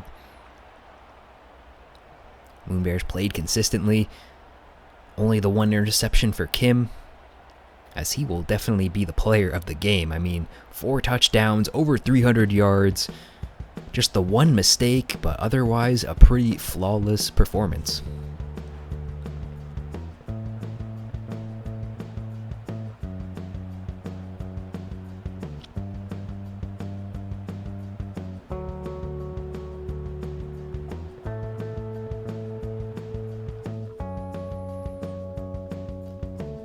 So now we can look at the stats. Kim with a great game, as I just said, but CPU didn't really like to run the ball. Peters only got 9 attempts in that one. And then receiving, we got Peters, Doyle, Brock, Young, all got a touchdown in this game, really spreading the ball around. And defensively, Foster had that huge sack in the fourth quarter, and a bunch of players got TFLs. Didn't force any turnovers, but we really didn't need to. And Ogbonna for them, I mean, he had 340 yards and 4 touchdowns, so you can't really blame it on him, but the run game for them was absolutely terrible. 2 touchdowns to Morrow, and Jenkins was held to only 3 catches. He did have the long touchdown. And defensively, they just could not really get anything going other than the sack and the pick. They just weren't able to keep the Moonebears off the field. And after that game, we do get some commitments. Another tight end. This is Anger. And now we got some coach points to spend. Definitely want to continue on the offensive line track. And then in terms of our third focus here on recruiting, I definitely want to go with corners, or just the entire defensive back unit, because other than the SWAT downs, our corners have not been playing great at all. So we will look to make that an emphasis here going forward. So now back to Jose Navarre, the recruiting prospect that we uncovered earlier in this episode. He's already ready for a visit, so that's sort of the benefit of going after these guys that are kind of going under the radar, is that he's already interested in coming to campus. We don't really know all of his interests, but I think we're just going to go with the podcast interview. So that should be interesting. And then we have Ben Paul, a 1-star linebacker. Not as exciting, but we do want to bring him in as soon as possible and get our first linebacker recruit. And for him, we will invite him to the team dinner. And now here's another player we offered a scholarship, another wide receiver. We got a couple of these guys with scholarships now, so got to replace a lot of receivers this year. And definitely want to keep up with the offensive lineman recruiting. So Cargyle, the center, will also be getting a scholarship for us. So we went from 7 scholarships at the beginning of this episode, and now we've handed out 15. And the last recruit we talk about in this episode will be a kicker. Not really excited about his 60 accuracy, but we do need to replace our current kicker, so I'm gonna offer him the scholarship. And I hope you guys enjoyed this episode. I will catch you guys later. It is week number 6 for the Moonebears, and in today's episode, we'll be taking on the 3-2 Temple Owls. We are coming off of our best win of the season, our second win of the season against Buffalo, which was kind of surprising. It went to basically like a shootout there late in that game. But we will look to keep that momentum up, as it is raining here at Memorial Field. The Temple offense is led by junior quarterback Forrest Brock, who has 13 touchdowns on the season, and this will be to start off the game. The running back is going to get blown up in the backfield there, leading to a quick 3rd down for Temple. Nowhere to throw. They sent every receiver down the field, and this is going to be Ali McCrary coming off the side and forcing the 3-and-out to start this game. The great move there by McCrary will give the Moonebears the ball. So we will take a first look of this offense here. First play, running up the middle to Peters. He jukes one man, runs to the left, and gets a nice chunk of yards, already down to the 40-yard line of Temple. As here goes Peters again. He's got a lot of daylight ahead of him, jukes out another man, as back-to-back juking runs for Peters. Gets us down into the red zone here. Now Kim looking to throw. He's got a wide open man. Absolutely no one around. Keontae Tyson hauls that one in. And there was only a little bit of space left in the end zone, so just barely fitting that in. Kim noticed him kind of late, but does deliver the strike. Gets the foot down. Moonebears lead 7-0. Owls now with the ball. Their first drive was a 3-and-out and already going backwards. Here's McCrary again, this time picking up the TFL. 2nd and long. They're still sticking to the ground game, this time cutting back. We'll get them a large chunk of yards back, setting up a 3rd and short. Now over the middle, just barely getting that first down. Brock now throwing over the middle, finds his star receiver. We can't get to him in time. That will be a huge pickup, getting them down to the 20. Now running to the right. That'll be a quick gain of 6. Brock now throwing again. Get him another chunk there. 1st and goal for the handoff. We should be able to stop them. Now with just 2 yards left to go, can the Moonebears defense hold them out? They're not going to be able to do it. Finding the hole is the running back, Wilson,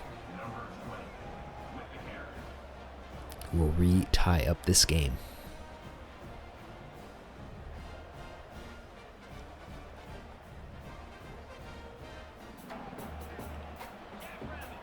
How will Galaxy College respond to that?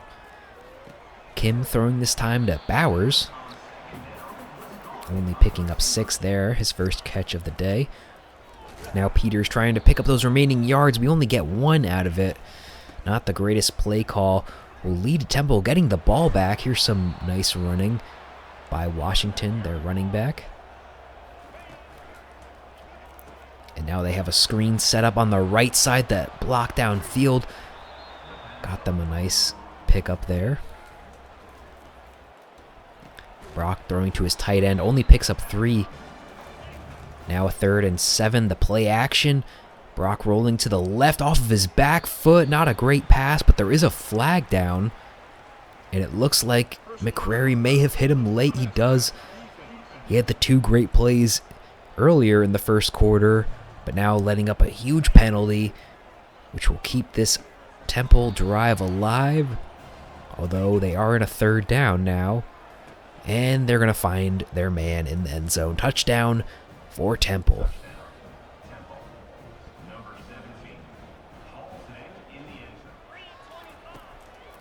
Temple now leading by 7. The Moonebears will pick up a huge chunk off that one. Julio Young securing that catch, keeping the foot in bound. Now we're on to the 2nd quarter. And this is going to be Calvin Doyle, our starting tight end, getting us down to the 34. Here goes Young again, spinning inside, fighting forward. Picks up 8 on that one. Now Kim trying to avoid the pressure and not able to get it out in time. Huge loss. We lost about 12 off of that play. 3rd and 14 for Kim. Stepping back, trying to get this one off, and that's going to be swatted down. Tried to find Ray Brock, not able to do it. The kick by Kane goes to the left. Had enough power, but just shanks it, which is kind of the story for this game. But the Owls now have the ball back. We have them in a 3rd down situation. They're trying to set up the screen, and we completely stop that notion. The Moonebears defense has been playing their best game of the year so far here in this first half. This is Jerry and Murray breaking up that screenplay.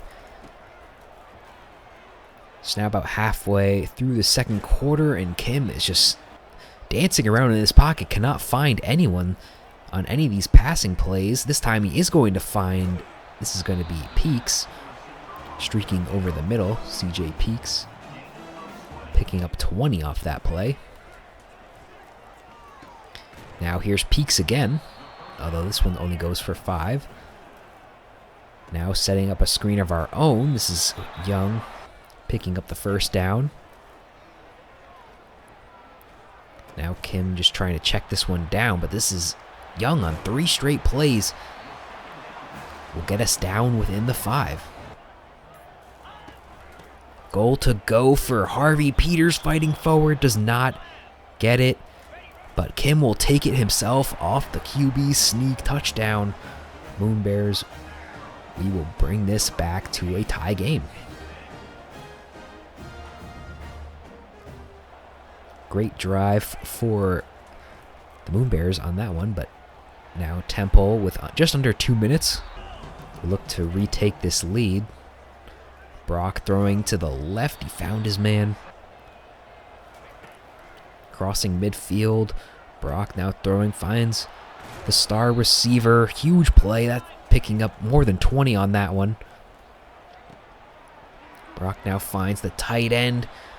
Down within the 5. They've quickly marched all the way down the field. Can we stop him here? Throwing. This is going to be picked off. This is Coles. He's got no one around him, but not the fastest man on the team. He could have gone all the way with that one, but he does end up being caught. It was Taj Coles, the linebacker, who jumped that route. Let's see if we can go get some points for him to make up for that effort, as Bowers will pick up a first down. Just a minute left here. Kim floating this one outside to Peters, getting 7, smartly running out of bounds. Now on a second down, here goes Brock. He's streaking down the left side. Touchdown, Ray Brock. This is actually his 6th touchdown of the year, currently leading the team. Not really what I expected. The missed assignment by the Owls defense led to Brock being completely just wide open here. As you can see, the closest man multiple steps away. As the Moonebears do retake their lead, but we still have under a minute left. We know that this can turn ugly quick as we cut it down to 30 seconds here. Third down. He's going to find his man, running to the sideline, the missed tackle, and they are down to the 25. Looks like they're going to get points off of this last-ditch effort. Going to the end zone, and it looks like he may have gotten that, but it is going to a booth review. And they do end up ruling it a touchdown. Brock with a great throw here. We had no one near. And Temple ties it up again. 15 seconds left. We're just trying to see if we can get something going here, but that's going to pretty much take us to halftime. And we're playing all right, and defense is going pretty good, but in those last couple of minutes, we gave up 2 scores, and it's a tie game.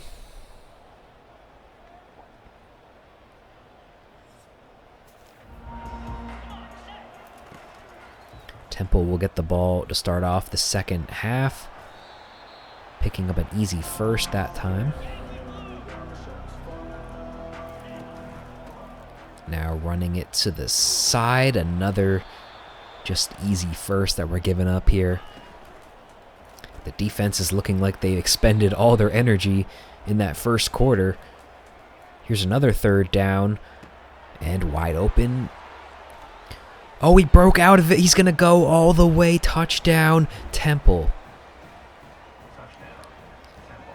And oh man, just like that, Temple is now back on top with the touchdown lead.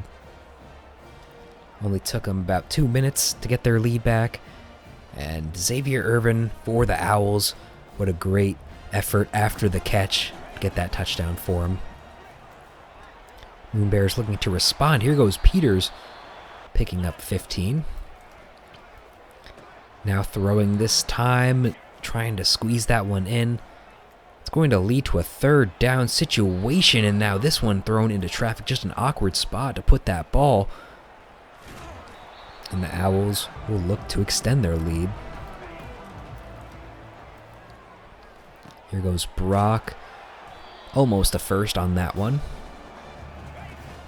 But it is a third down. The Moonebears are not going to be able to stop it. We have been terrible on third down all day. Throwing this one, Brock. And that's going to be picked off by Quincy Reed. I don't know how he possibly came up with that one. receiver was right in front of him. Quincy Reed, the freshman safety, you could see it goes right through the receiver's hands, and Reed completely lucked out with that one. That is crazy. Looking to capitalize it. Here goes Peters. He came out of the backfield and just ran right down the field. One play, touchdown.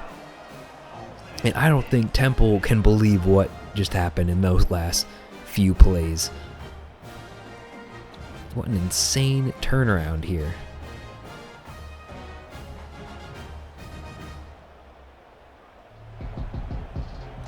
And we are going to be tied here with 3 minutes left in the third. Here goes Brock. Pressure in his face, going down. This is going to be Walker. Noah Walker, the cornerback, getting to Brock that time. Setting up a huge 3rd and 17. And we just got to stop them here. This one's going to be picked off. It is Blanks with the 3rd interception by this Moonebears defense. And we have to capitalize here. Peters will start out the drive with a good run. Now off the play action. This is going to be Young. He picks up another 1st down for us. And that is actually going to take us to the 4th quarter. The momentum might be shifting in this game, as capitalizing here would really set us up in a good position to win this game. We can take a look at the top 25 there briefly. Here goes Kim trying to find Brock in the end zone. That one is just wildly underthrown.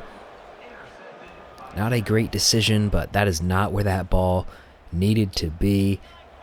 And instead of putting points on the boards, it'll still be tied here. Temple running the ball, gets about 7 there.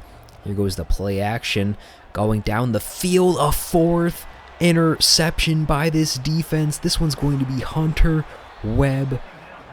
We have been creating picks all day, but can we deliver off of what the defense is giving us? Peters will get us 5. Now trying to run it again. This time they completely sniffed that play out. 3rd down and 8. Kim looking to throw. No one is getting open, and the throw at the last second. Thrown into the dirt. Temple will get the ball back as we get a spin, another spin, a 3rd spin. We have to keep them off the field. We're getting the interceptions, but we're giving up these plays, shedding the tackle, touchdown. That is pretty much what I was just saying. If Brock throws the ball and it's not picked off, it's probably a huge play that they're getting there. Dante Wright, the senior receiver, gets a huge lead off our corner, who just is not able to finish the job on the tackle. The Moonebears are down again once in this game. 6 minutes left. Doyle picks us up 5. Here goes Young. He's got a block. He needs to cut inside. He does. That'll get us a 1st at least. Kim now throwing to Peters. Kind of playing it safe right now. 2nd and 4. This will be Doyle. Getting us down to the 40. Now throwing, and that one is going to be swatted down.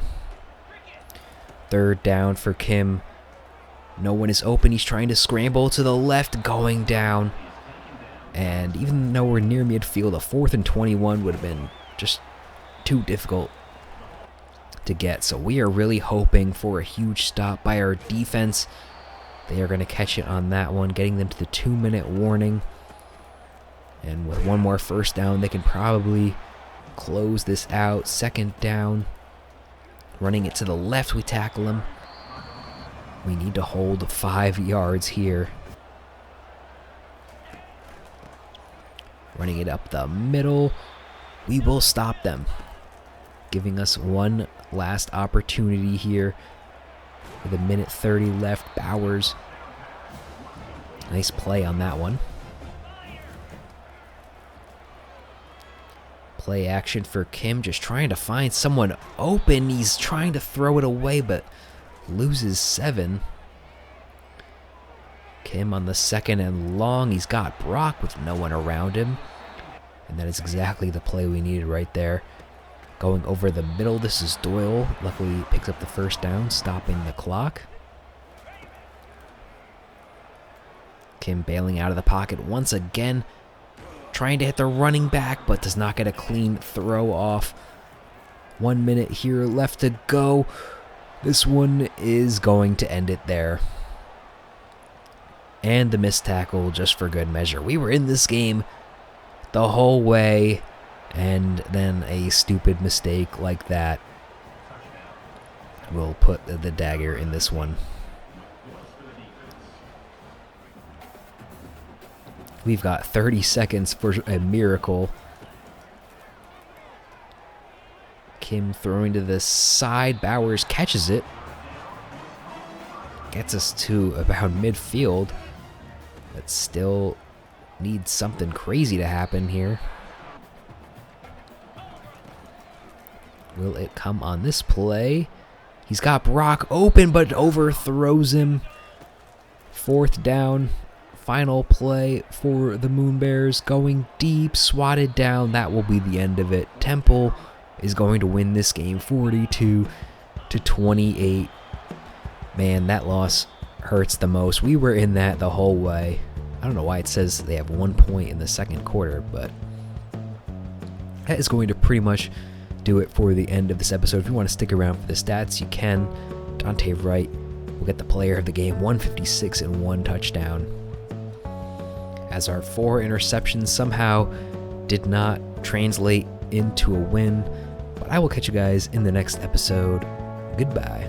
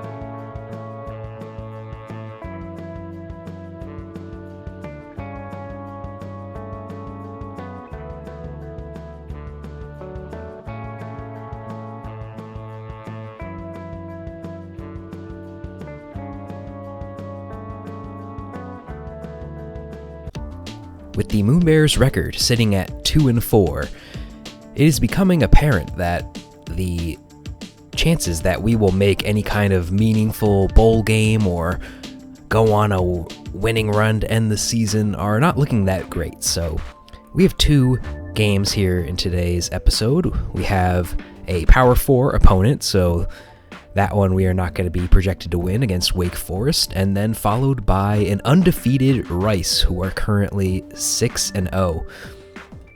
But we can look forward to the next season in recruiting, and starting off, we have a visit scheduled for Johnny Schwartz, a 3-star gem running back who would definitely immediately slot in as our starter next year, so that is exciting. And then we have a few other 1-stars here in Tuggle, a right end. And the 1-stars I've seen in this game, they have a lot of range of what they can come in as low as like 40 overall, and as sometimes as high as like 60. So we'll have to see with some of these 1-stars whether they make an impact immediately in year number 2.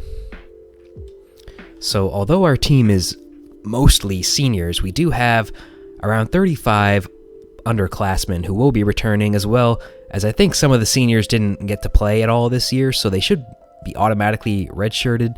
So we'll have to see how some of these recruits fit into our team next year, but there's definitely plenty of space open. So we just advanced the week, no commitments after week number 6, but we do have a few players who are now interested. So Tim Kaufman is currently not being pursued by anyone else in the country right now, and we will definitely take a 3-star center, and the fact that he's from New York is beneficial for that race. We also have a 2-star center from New Jersey, so even closer to home. We can pitch him on that home visit as well. And then we have kicker. This kicker I'm not too excited about. I think he has really low kick power, but I just haven't had the ability to really go after anyone else, so I think I will bring him in for a visit just to get someone on the roster. We do need to replace our starting kicker, Kane, but that might be a rough spot next season. We have the 2-star Evan Marshall, who is not... well, he's getting scouted by a few other different teams, but they're not putting a bunch of points into him, so I think we will end up scheduling the visit on him. So let's jump into this game against Wake Forest, as we are actually hosting them at home. That's kind of surprising, but I think that's just part of the default schedule, as they're actually highlighting Claiborne, the running back for them. Bachmeyer is the quarterback for Wake Forest, one of their star players, but he's going down. Ali McCrary, who's been really impressive this season, basically our only defender who can consistently get to the quarterback, making the early down play.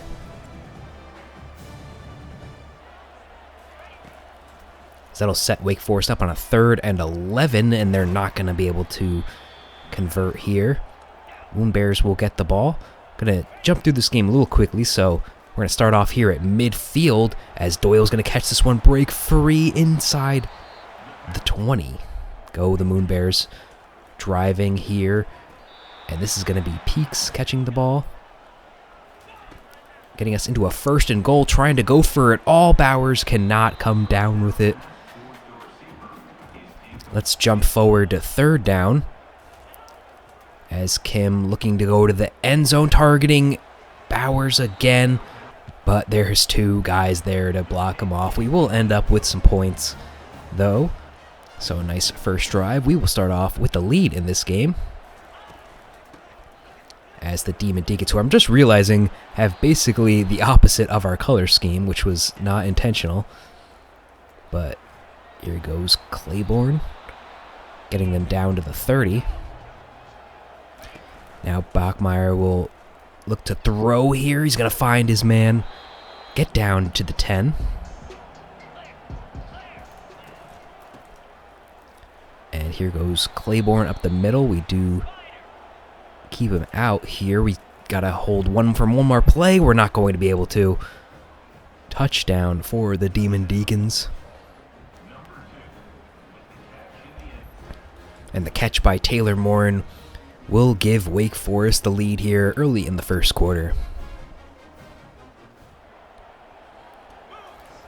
Now back with the Moonebears here on 2nd down, throwing to Bowers. He's going to run outside the end zone, picking up 6. Now Kim, he's got his man Peters. He ran out of the backfield, and the linebacker did not play it correctly. Touchdown for the Moonebears, as we respond quickly.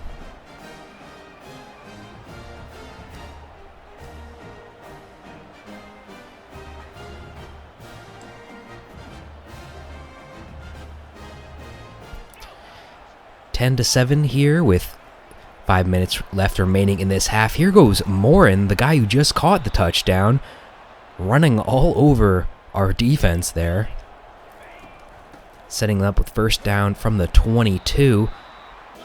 Only a few there, leading to a huge 3rd down for us. Bachmeyer with nothing, and he will just toss it into the dirt. They will settle for the field goal, and it is a tie game.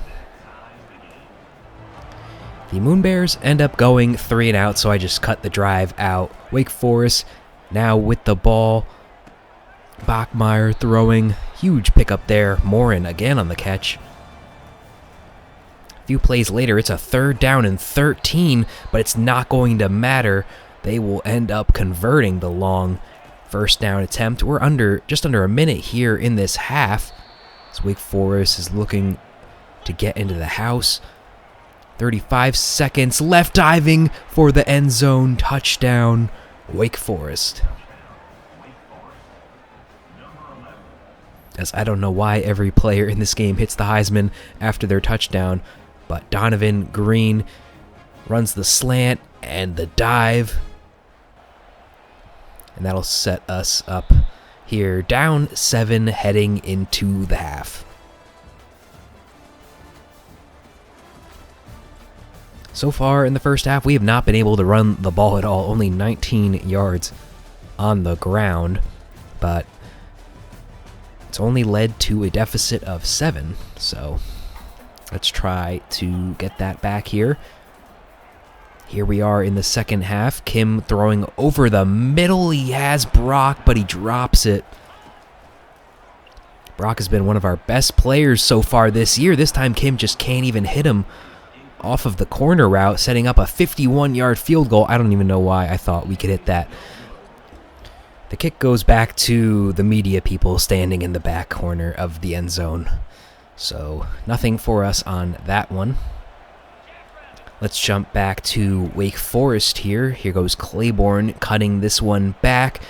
Quincy Reed cannot catch him. I don't think anyone on our team is going to be able to. Touchdown, Wake Forest. That's just an impressive run by Claiborne. That'll set us back 2 scores. We got to get something going here, but it's a 3rd down for us, and the pressure is too much for Kim to handle. Kendron Wayman on the sack. That'll lead to the Deacons getting the ball. And after a few plays, they're already in the red zone. Here goes Claiborne, trying to replicate that run from the touchdown, but here he goes with a wide open hole up the middle. He'll be just too short. 1st and goal, handing off to him, and he's got the room. Back-to-back touchdowns for Desmond Claiborne, as we are now down 3 scores.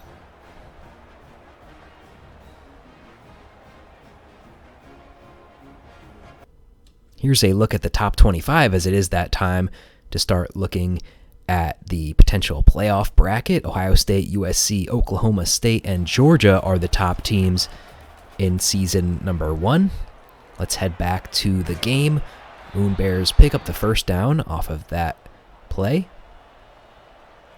But a few plays later, it is a 3rd down. And down by 3. This might be the game on the line here, really. And just too much pressured again. Wayman, another sack to end the drive. 4th and 18. We actually have to go for it here. This time, Kim gets a little bit of time. He maybe has Julio Young, but that one is going to be swatted down. So up by 3 scores, Wake Forest can essentially take a large chunk of this time off, as they pick up a big play right there, as their quarterback Bachmeyer passes 2,000 yards on this season. But now they are in run out the ball mode, or they could just throw it to the end zone. Claiborne has 2 on the ground and now 1 through the air. And yeah, we can pretty much say goodnight to this game. The final score, 38-10, Wake Forest. And they really could have punched it in there at the end to even run up the score even more, but... And, you know, at least we can say we played one good half of football here. But the second half completely killed us, as Claiborne ran for 193, had two touchdowns on the ground, had that last one in the air just to kind of stunt on us a little bit. Let me just quickly take a look at some of the stats. Harvey Peters, that throw and catch by Peters in the first quarter was basically our only highlight of this game.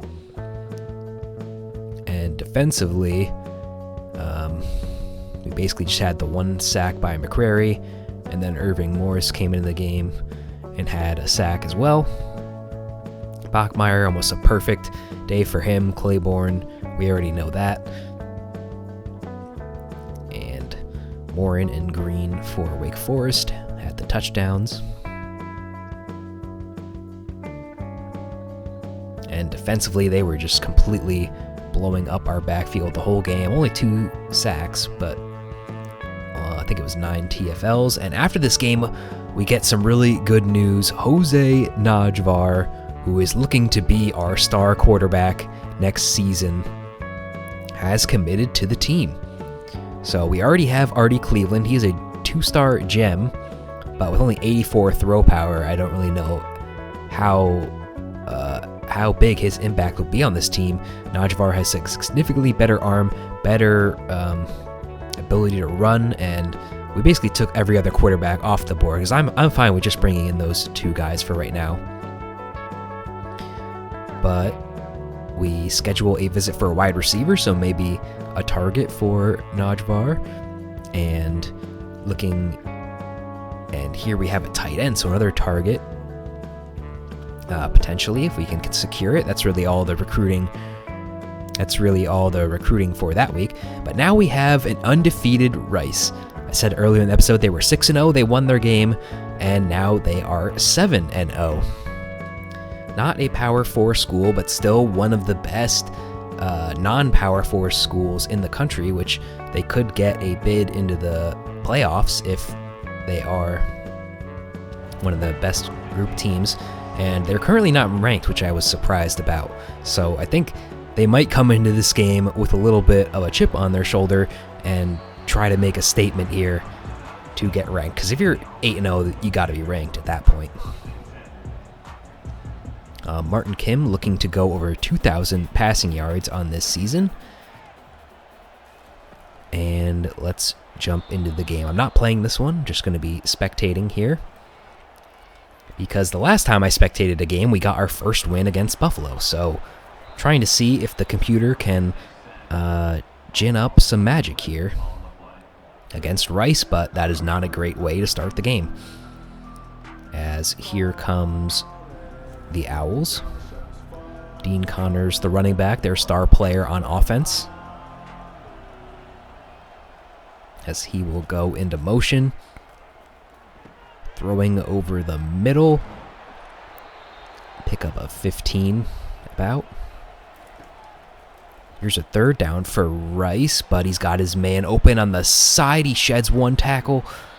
Down to the 15 is Warner. Oh no, Warner is the quarterback actually. And there goes Connors, bringing them down to the 5. 2nd down on the goal line, and that one didn't even look difficult. Touchdown, Rice. They will strike first in this game.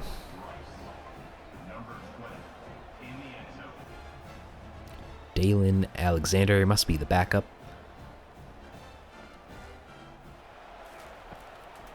And the Moonebears now back on the ball. Can the CPU put together a drive? It is not looking good here already. 3rd down for Kim. Rolling to his left, he has Bowers, but maybe the rain caused him to drop it. I don't know. A 3-and-out for the Moonebears.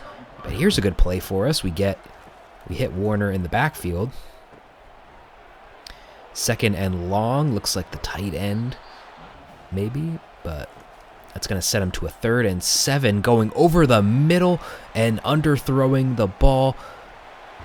This is Hunter Webb, the free safety, completely cuts off the underthrown ball and gives the Moonebears a shot to tie this game up. So from about midfield,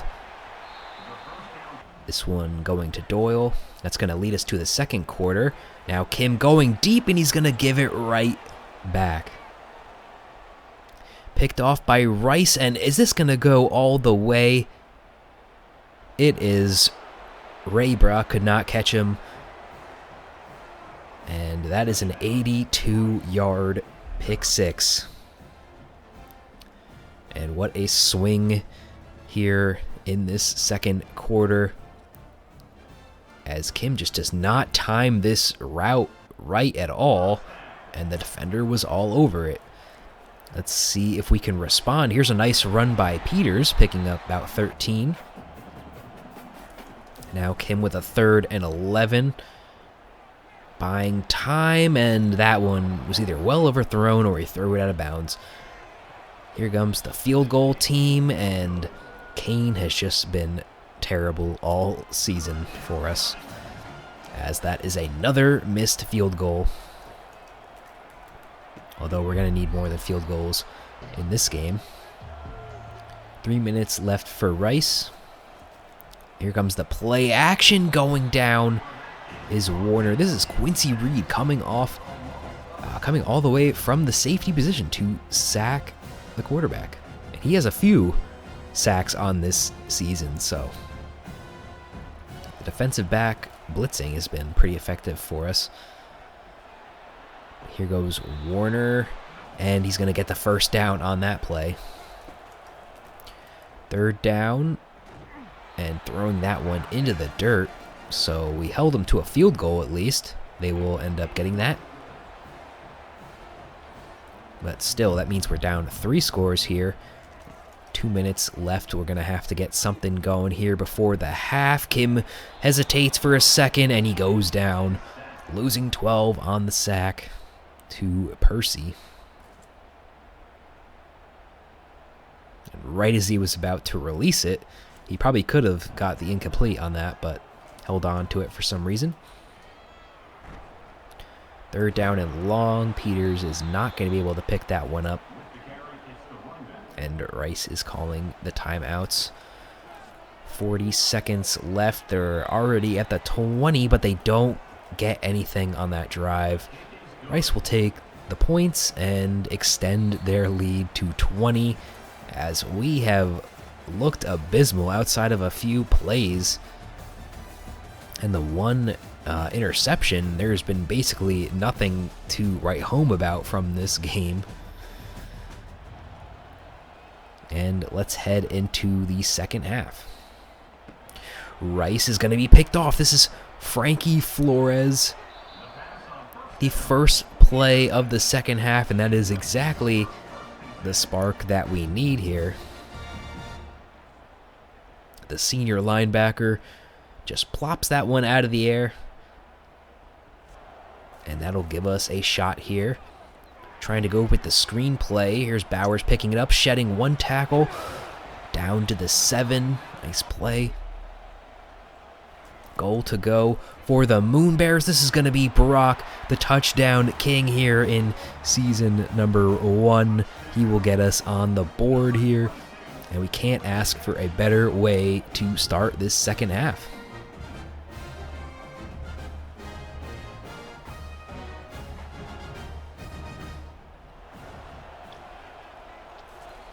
Let's jump back into the Owls drive. They're on a 3rd down and long, but they're going to end up picking that one up. Now here on a 2nd down, their running back Connors goes right up the middle, and after review gets the first down. Now Warner looking to the end zone, and we had just no one near their wide receiver, or I guess the tight end, Bowden Grown, as we were just completely smoked on that play. They're going to actually go for 2 to make it a full 21 points, but they're not going to get it. So only a measly 19 up they are here in the 3rd quarter. Kim now throwing across the middle. The capture card glitched, but it's still an interception. That's going to be taken back. Play Wyatt, the 2nd pick 6 of the game. And really, we could have maybe rode some of that momentum, but pass just goes the other way, and they've gotten 14 points off of bad throws by Kim in this game.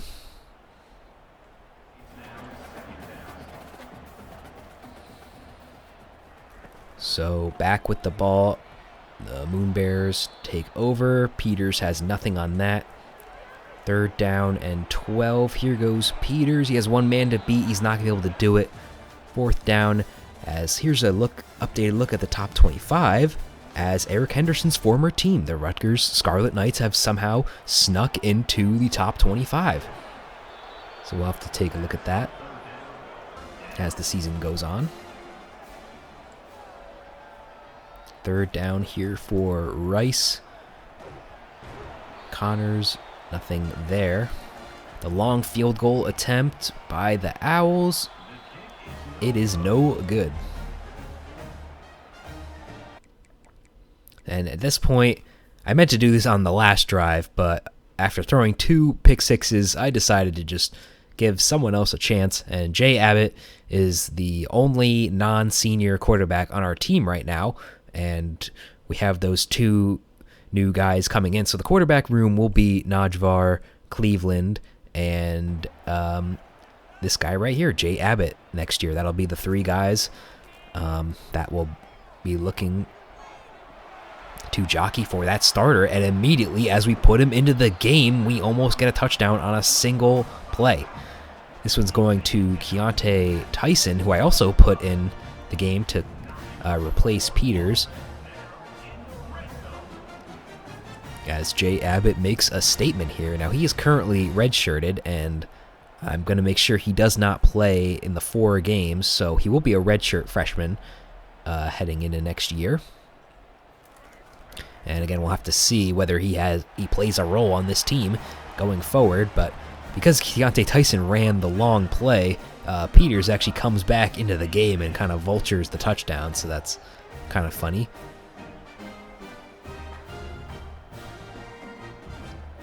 And a diving touchdown, as we've seen everyone do all year. 4 minutes left. Rice, if they want to, they can basically just run out this game, and they're going to take it all the way to the end zone. So basically, we are in back-to-back blowouts, although this one has been, I guess, a little bit better in this one.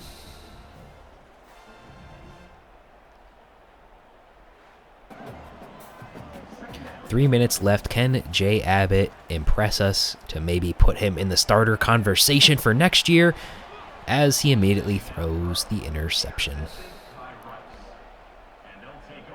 And they are waving goodbye, and yeah, that's pretty much going to wrap up this game. Connors with the first down. He can end this one. He jukes, and don't tell me he's going to go all the way. That is insane. There was absolutely no reason to do that, and he hits the gritty to top it all off. We are just getting absolutely disrespected. I will remember this. We will face Rice again in the future, as the final score will be 47-14. I think the rest of the episodes this year will also be double headers, as I'm excited for, as I'm getting these recruits, I'm really excited to just kind of end the season and start over again next year. But that is going to do it for this episode. I hope you guys enjoyed. If you stuck around this long, make sure to subscribe and like the video, and I will catch you guys later. Goodbye.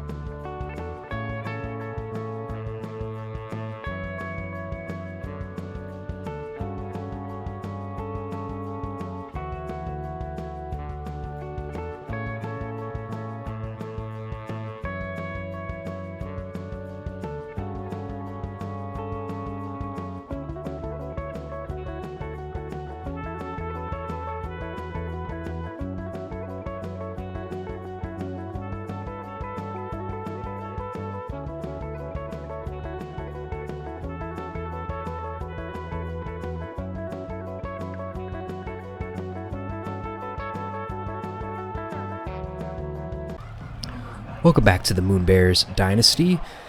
We are sitting at 2-6 on the season, so a singular loss will put us out of bowl contention.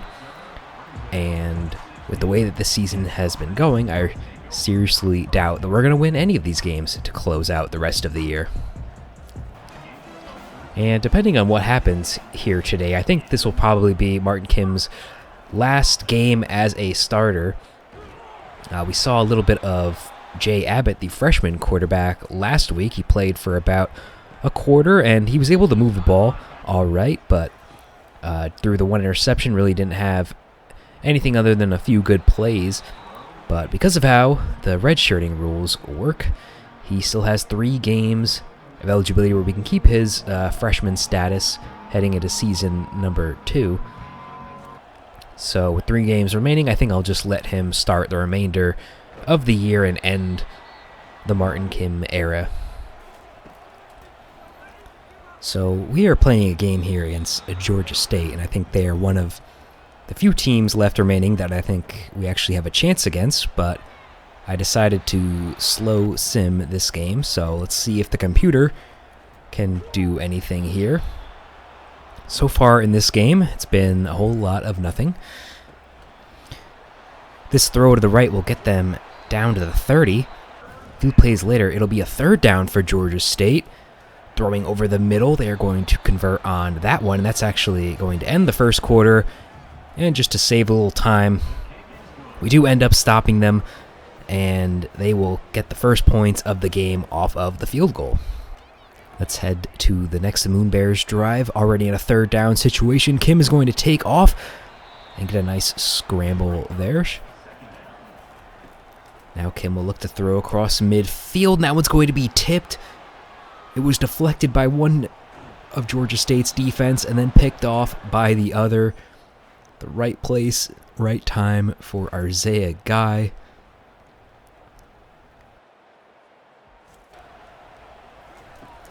Georgia State will get the ball on the 30-yard line, going deep. He has his man, but he's stopped at the 1.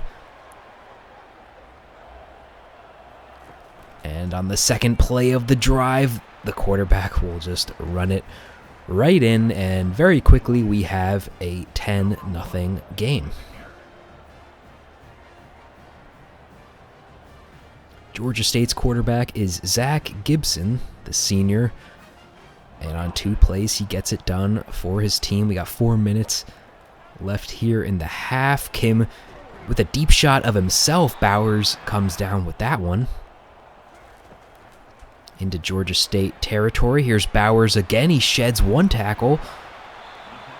And Bowers has pretty much all of the yards on this drive. Kim looking to throw this time. It is, I think that was Doyle who caught that one. We got a 3rd down here in the red zone going across the middle. Brock caught it. Did not quite get in. Peters will finish off the drive. And I don't think we saw a drive like that the last time I did one of these slow sim games. So let's see if this continues. With under 2 minutes to go, Georgia State will have to hurry it up here. As he's driving back into the end zone, and they are not counting that as a safety. I don't know how. It looked like he voluntarily went into the end zone, but Jack Hines got him at the 1. And I guess the ball was just over the line as he started to get tackled. But from his own end zone, we are not going to pick up the safety, as their running back will pick up a good chunk of yards. Although they are in a 3rd and 14, they decided to run it. So they essentially just give up on that drive. We have 40 seconds left. Can we put something together? Julio Young only picks up maybe 10 there. Already there's only 8 seconds left, trying to get a little bit closer. And we're definitely not going to be able to kick that field goal. So smart to just go into halftime rather than another embarrassing missed kick. And although we are currently losing, not a bad first half for the Moonebears. We got 3 third down conversions dominating the time of possession. We should be able to translate this into something. So let's head back into the game here. Kim will throw to the sideline, getting us about to the 44. Peters will pick up the first down and a little bit more to the 35.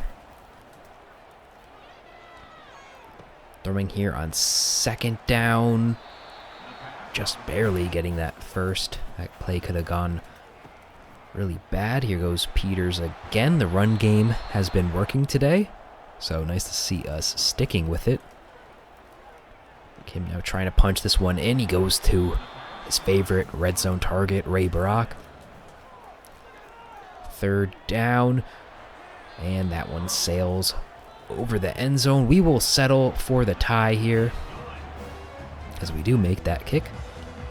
So we head into the fourth quarter here on a tie game. Georgia State is on a 3rd down and 1. We blow up that play.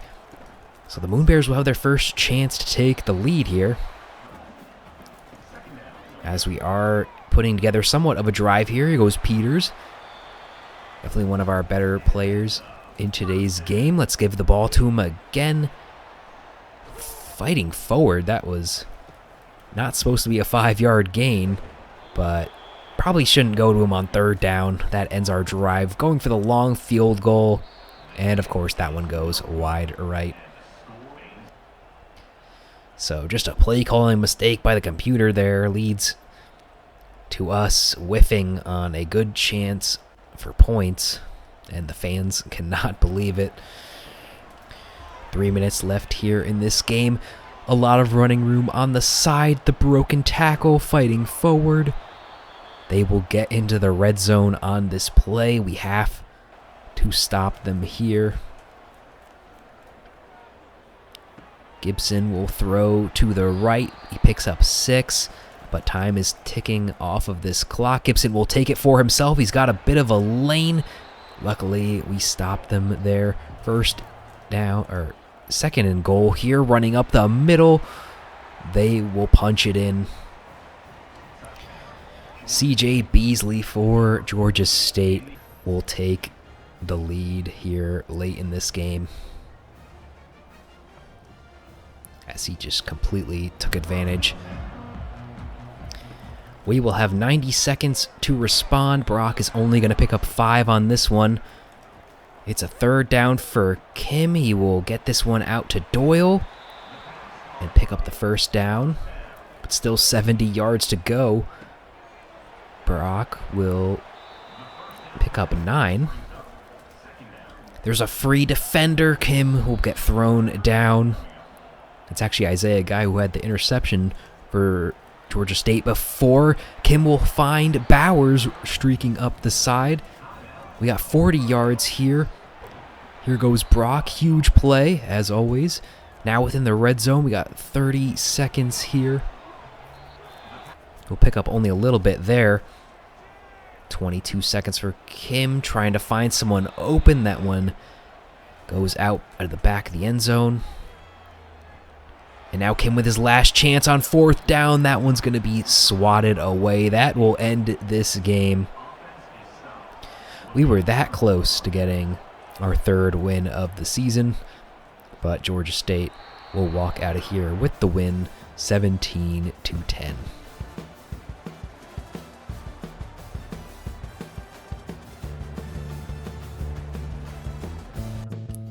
But now that the Moonebears are at 2-7, there's no hope for a bowl game. Really nothing left to achieve this season other than just winning games to try to influence some recruiting. But other than that, the season is pretty much over. So that's why this game was only like a 9-minute game. And we have another one coming up in this episode. So another double header here. But let's talk about the future of this team. We will head back into recruiting. We got a few recruits who we have garnered enough interest in. A 2-star in Frederick Wilbur, although the games, he won't be able to come for a game and get a lot of influence, but we can still bring him here into the bye week. And then a 3-star tight end. This is the blocking tight end that I'm going after in Zimmerman. And then trying to find some other players who could potentially make this team? Tim Washington, a 2-star defensive end. We will definitely take that. And Terrell Monk, a 3-star gem cornerback. And actually, his stats are really good. The only problem is that we are not on his board at all, but no one is pursuing him. So after that bit of recruiting, like I said earlier in the episode, Jay Abbott will get the start for the rest of the season. 53 overall freshman. And he should retain his red shirt for next season, so he will still be a freshman. He will be involved in the quarterback battle, even though I think Jose Najvar should be the favorite to win that quarterback battle heading into season number 2, but we'll still have Abbott here on the team. And let's just take a look at his first drive here as he bombs it, but that one is underthrown. And the handoff to Peters, who has been playing better as the season has gone on, although that play does not really show it. And in comes Tyson, the backup running back. A 3rd and 17 for Abbott. What will he do? He'll just check it down. And nothing really there. Jacob Zeno is the quarterback for UAB. And let's see what they will do on their first drive as we get a good TFL to start off for the defense. And there, another quick stop. 3rd down, although looks like there was some movement.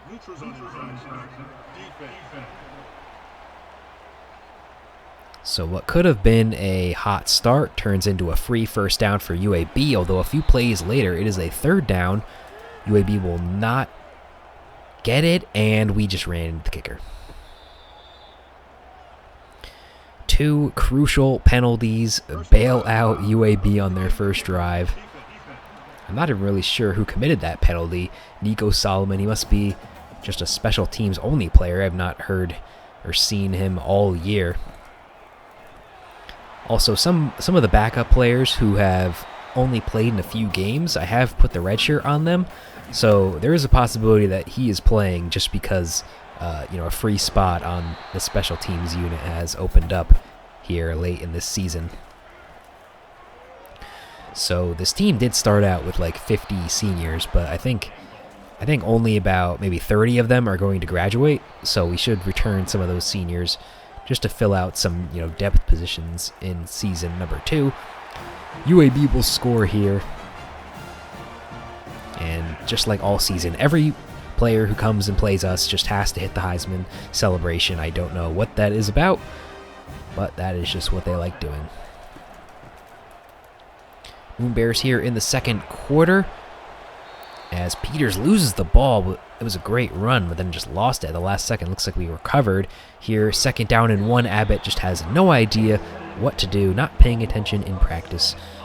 He will go down a little slow to get up there, as DC Brothers, I think that's what that says, will get the sack for UAB.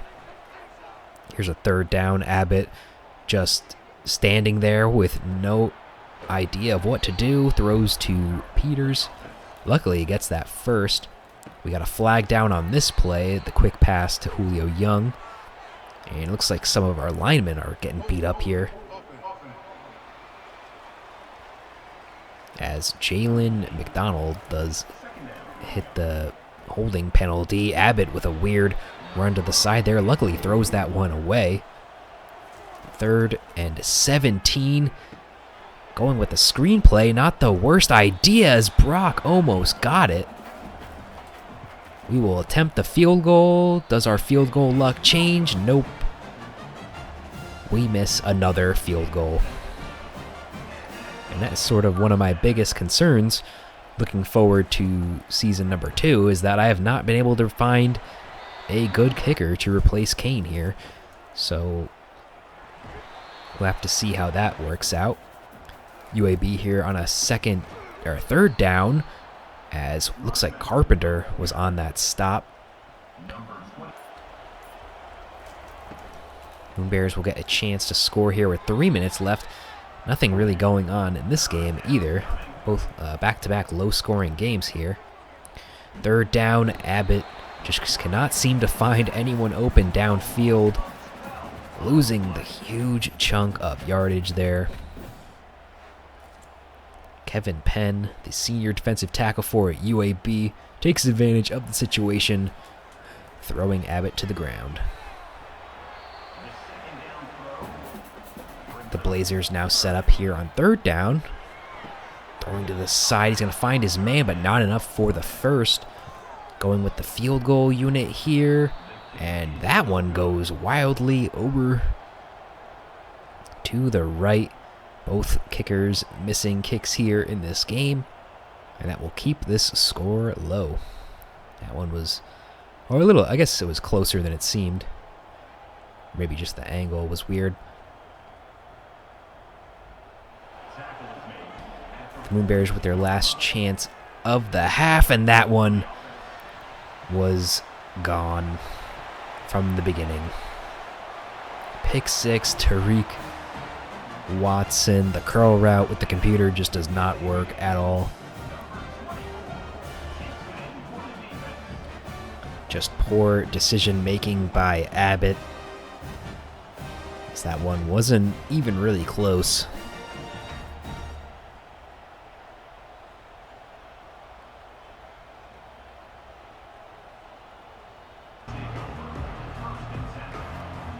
Alright, another drive here late in this half. Abbott going down to the turf.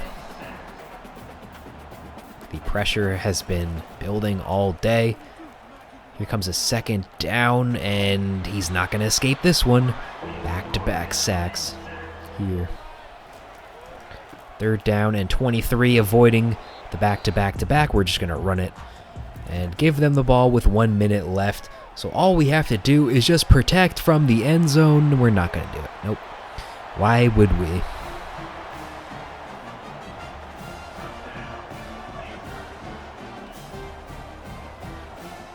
Amari Thomas for UAB just completely smokes our corner. He's got like 4 or 5 steps on him. And that one we will want back. As let's just head into the half with 1 play left. Nice throw to Doyle, but it just doesn't matter,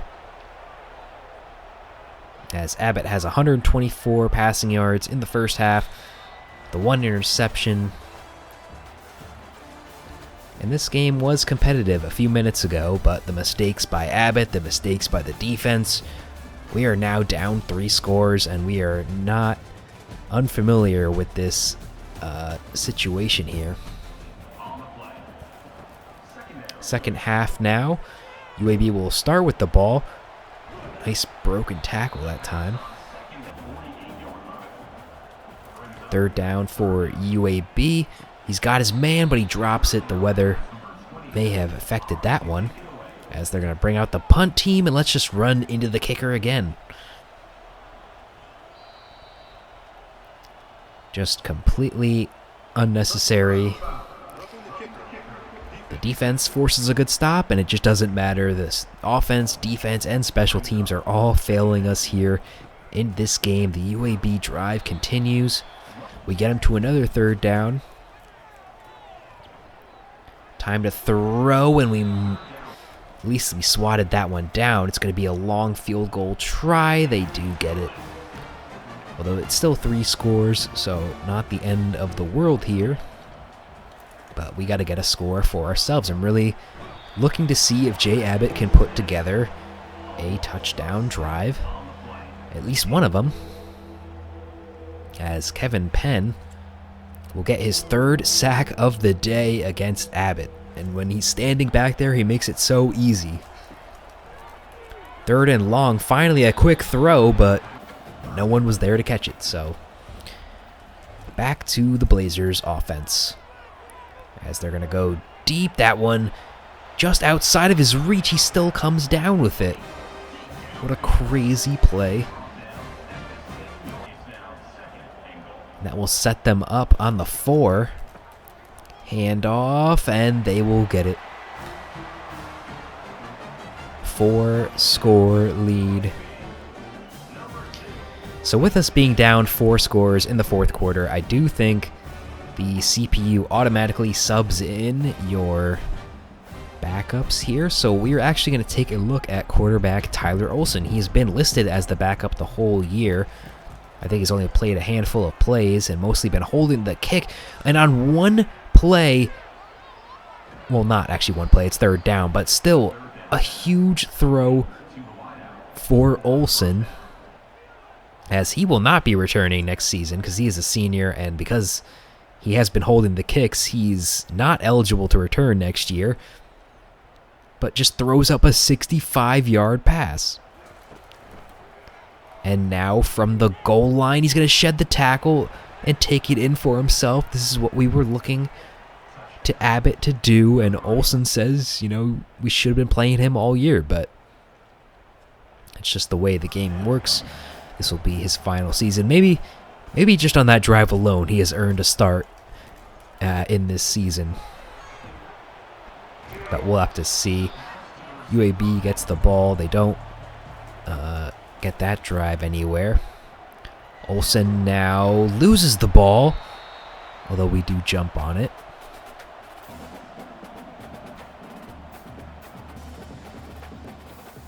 This is Ladarius Cox. Gets to Olsen, strips it free. With a nice recovery by the Moonebears offense. Here's a 2nd and 21. A nice throw over the middle.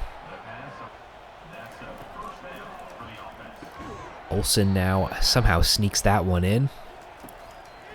5 minutes left to go. Olsen loses the ball, so clearly he has some issues with fumbling, but other than that, he's been playing pretty good here. And just the sacks and the pressures all day have been insane. Olsen now tried to pump that one. He will go down, and that's Penn. Penn has had 4 sacks for UAB today. Just crazy. We've been getting completely bullied up front.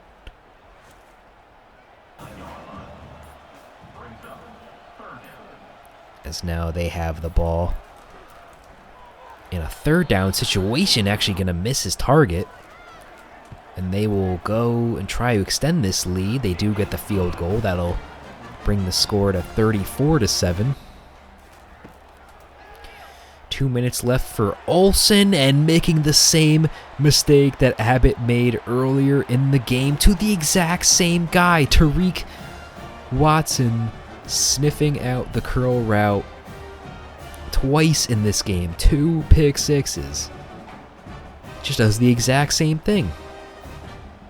I might have to design a specific playbook for these CPU games to prevent them from doing this.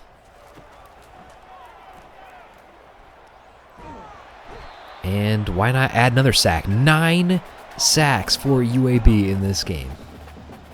Here's Desmond Little again. This is his 2nd or 3rd one of the day, as we have not even sacked them once. 3rd and 19. Olsen stepping up. Guess he did not want to run that one. As let's get out of this game. 41-7, the final score.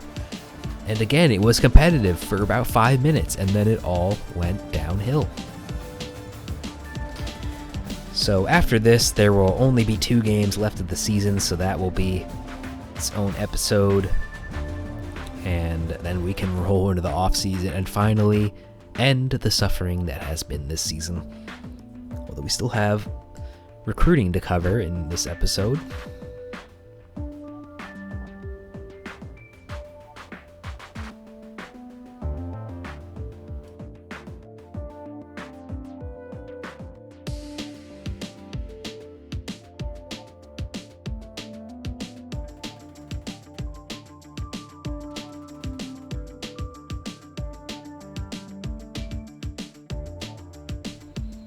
Alright, so Johnny Schwartz, our top running back commit, has officially committed. He is a gem prospect from Florida.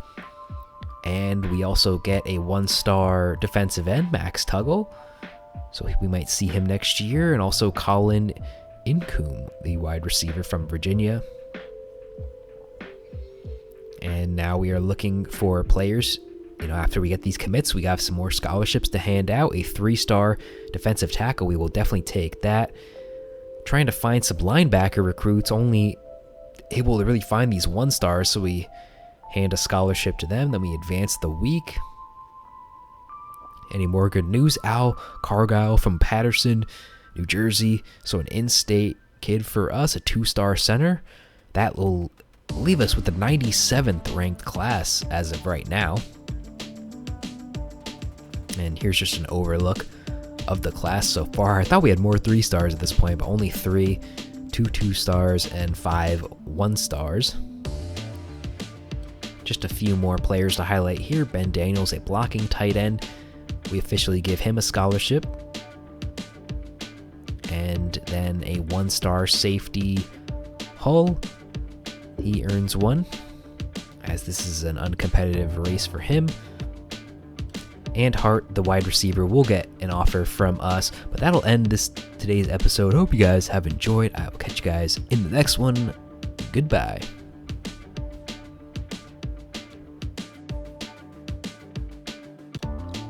Welcome back to the Moonebears Dynasty, and the game says it perfectly here. Please let it end. Now it's referring to the losing streak, but really it's just this awful season that we've had here in season number 1 with our Teambuilder team. So let's end the season here in this episode, and then we can finally get into the off season and basically remake this entire roster from the ground up. So we have our first game here against Syracuse. They're 5-5. They're a Power 4 team. Not expecting really anything out of this game. They're going to start off their first drive with a field goal, taking an early 3-0 lead. And Abbott is still the quarterback. So got the freshman in there. And nothing on the first drive. Syracuse will get the ball again. They're already within our red zone. Here they are on a 3rd down and 1. They're going to get it out to the side. Nice stop there by Castillo, forcing another field goal. But Syracuse will still be up 6-0.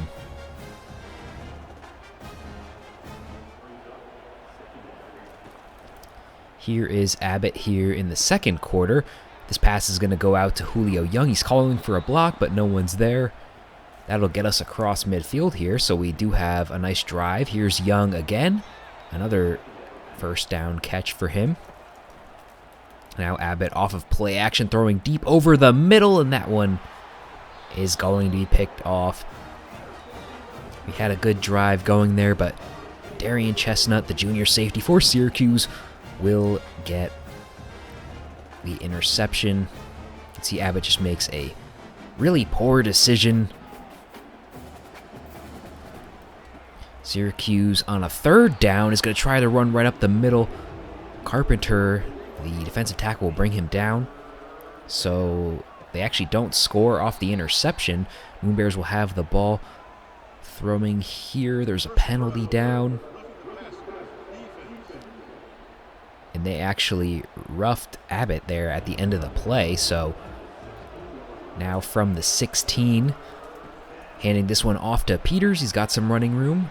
He'll get the first, but not much more than that. A few plays later, here's from the 8. We're going to try to set up the screen with Peters. He'll only pick up a couple off of that one. 3rd down and 3. Abbott rolling to his blind side, and he'll be taken right down. So we will bring out Ian Kane and the rest of the field goal unit. They've had a rough season, but they do end up hitting this one, and it's a 3-point game here in the second quarter. Syracuse now with the ball going deep. He threads that one on the first play of the drive. An 81-yard touchdown throw by Syracuse will pad their lead here going into halftime.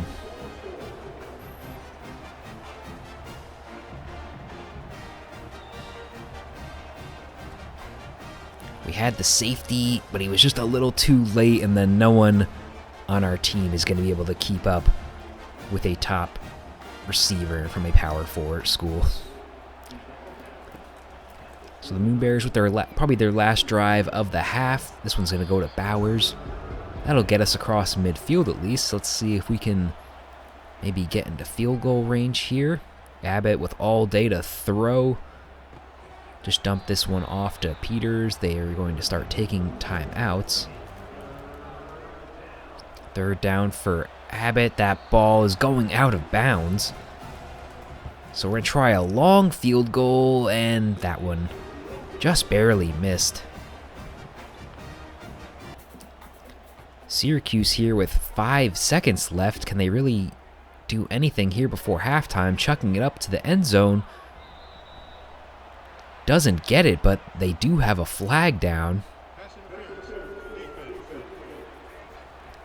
And they're actually going to call defensive pass interference, which is going to give them just enough to get an extra 3. So let's skip right to the second half. Syracuse, they already have a drive they're putting together here. Already down to the 36, throwing over the middle. He has his man, no one's behind him. Touchdown, Syracuse, as they will extend this lead. It is Ross Simmons again, his second touchdown of the day. Now going for 2 as if we're going to come back, but they don't get it. So, still a 19-point lead for Syracuse. Abbott here throwing to the left to Bowers. He can't hold on. That'll end the Moonebears drive. Now back to the Syracuse offense, and the defense will pick up a sack here. On first down, it is Jarian Murray, the senior defensive tackle, about to graduate. So he gets a good play here. One of the last games of his college career. But on a third down, they got a receiver over the middle. He's going to run to the sideline down at the 5. First and goal for the Orange. It'll be a handoff. No one in the area. Touchdown, Syracuse. This one is going to go to LaQuint Allen.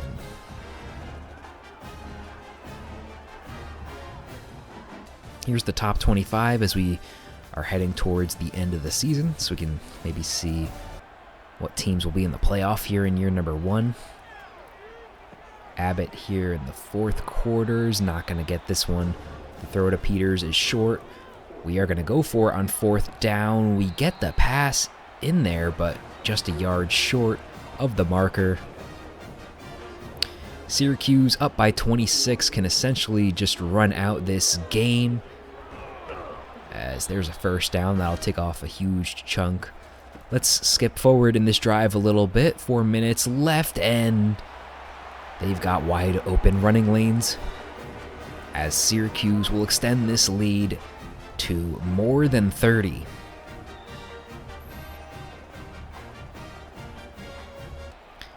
So this will probably be Jay Abbott's last drive of the season, as I think Kim is going to get the start in the last game against UMass. So Abbott standing near the end zone. He's going to drop the football. Syracuse is going to recover. There is a flag down. Will we get bailed out here? They're going to call it against us. This is Aiden Kramer, the right tackle. I guess it doesn't really matter. What's the difference between 30 and 40? It will be a 40-point loss for the Moonebears to drop them to 2-9 on the season. One more game left, and we can finally put an end to our suffering in year number 1.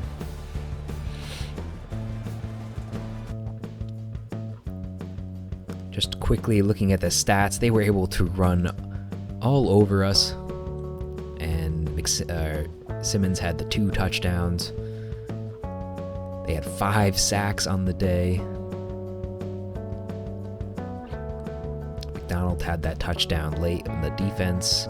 Abbott did not play well again, still has not thrown a touchdown pass, and I've given him multiple opportunities, so that is why he is being benched here.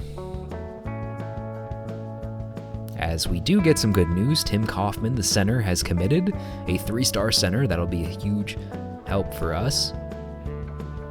So you can see some of the bold predictions here. And we have a little bit of recruiting here to go over. Just trying to find some players who don't have any other offers. We have some offensive linemen and also a safety, and also linebacker is something I've kind of ignored all season. So just going to give out some offers here. Higdon, the middle linebacker. I'll offer to him. And I think also to Sharp. And I'm just going to see how that does going after guys late in the season who don't really have any other offers. We will head in here to UMass, as we could possibly win this game. They are also 2-9 on the season, and they're not exactly a high overall team. And I did end up playing this one. I just wanted to try to at least get, or cap the season off with a win, even though it's sort of meaningless at this point. But we hold UMass to a punt, and then we jump right on the kicker.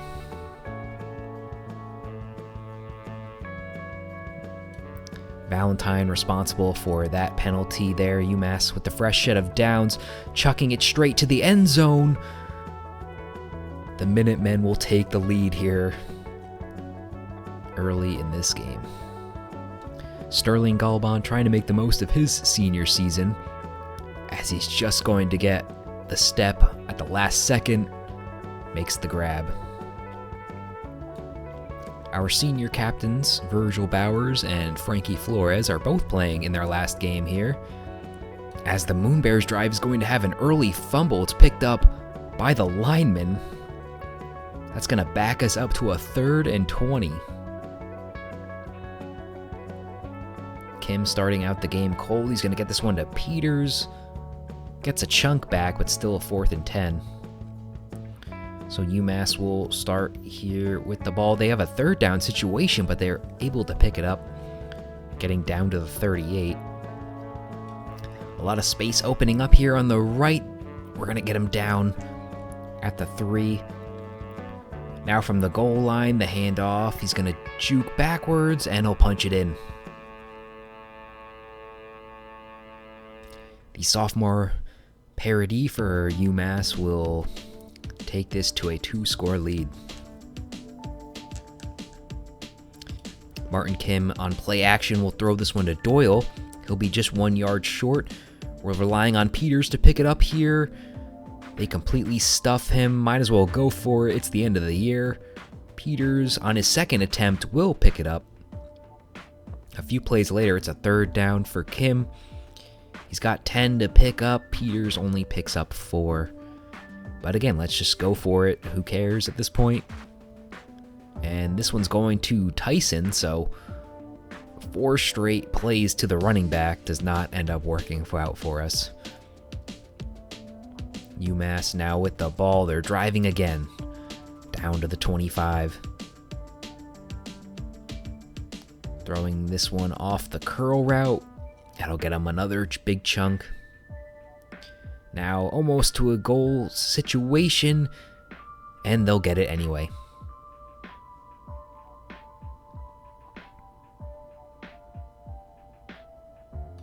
Do the Moonebears have anything left in the tank here? Down 21.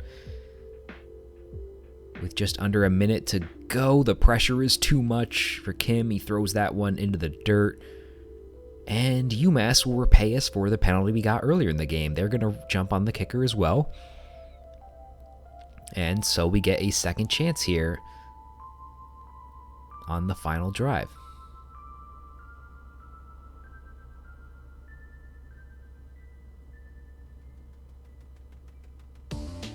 So we get to a 3rd down here. Kim just going to dump this one off to Peters. He makes a nice move. Not enough to get there. 4th down for Peters. We're just going to settle going into half. Nothing we could really do there with only 20 seconds. So So the last half of the year, the Moonebears will start out with a nice pass. This one's going to Bowers,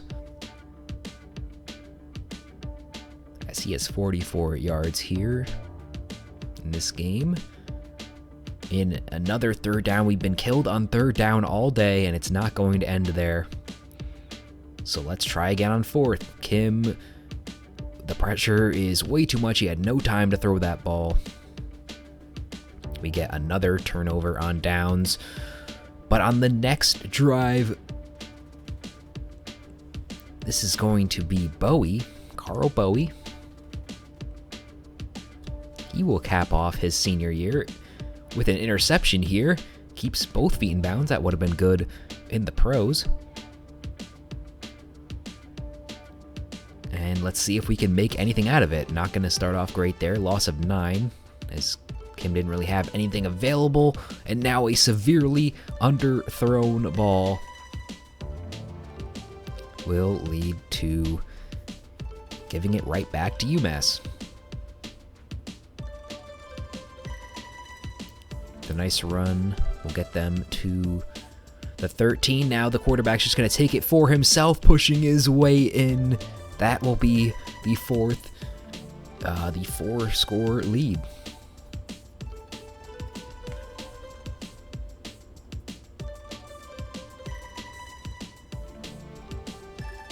And at this point, my only real goal was to just score a touchdown here in our final game.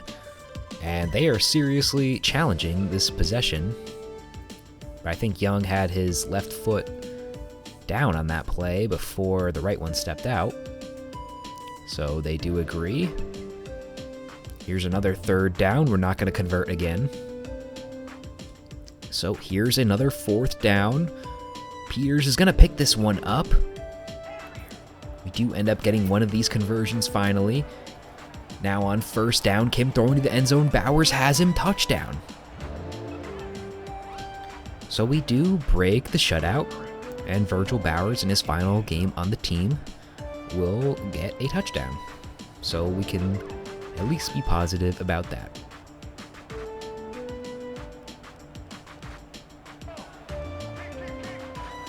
So UMass now back with the ball. The quarterback's going to run it again, and we completely flip him over. They will punt on that one. The Moonebears now back with the ball, trying to go deep. That one is knocked down and then intercepted. A teamwork interception.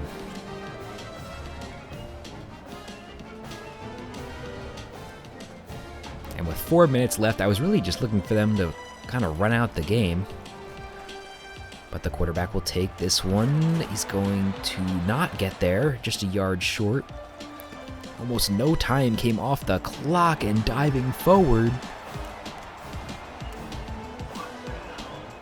the Minutemen will retake their dominant 28-point lead. And Moonebears now on a fourth down, just trying to pick up the first down so that we can end the game, but now throwing the pick six. What a way to end the season. I was really just trying to get a first down so that we could run out the rest of the clock, and we end up just giving them a free score. So UMass will destroy us 42-7. And this is technically our rival, so we will be playing them again in the near future, so.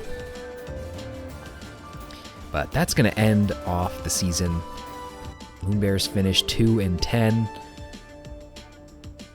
But it will be all up from here, as the next episode will be going into the off season, and we will completely revamp this team. We're only going to be returning maybe 5 or 6 starters in season number 2, so a lot of new faces, and that will be definitely exciting. So I will see you guys there.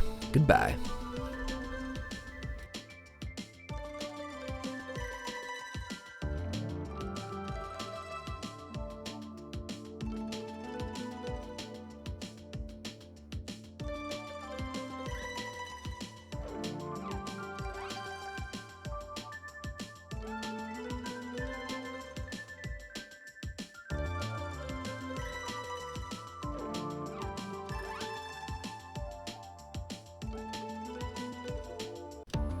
It is finally time for the off-season here in year number 1 for the Galaxy College Moonebears. We finished season 1 with a 2-10 record, so we are really just looking to completely overhaul this team for year number 1. And the first thing on the docket is to fire our offensive coordinator. Keeping the defensive coordinator, even though our defense was also pretty bad, one of the worst in the countries.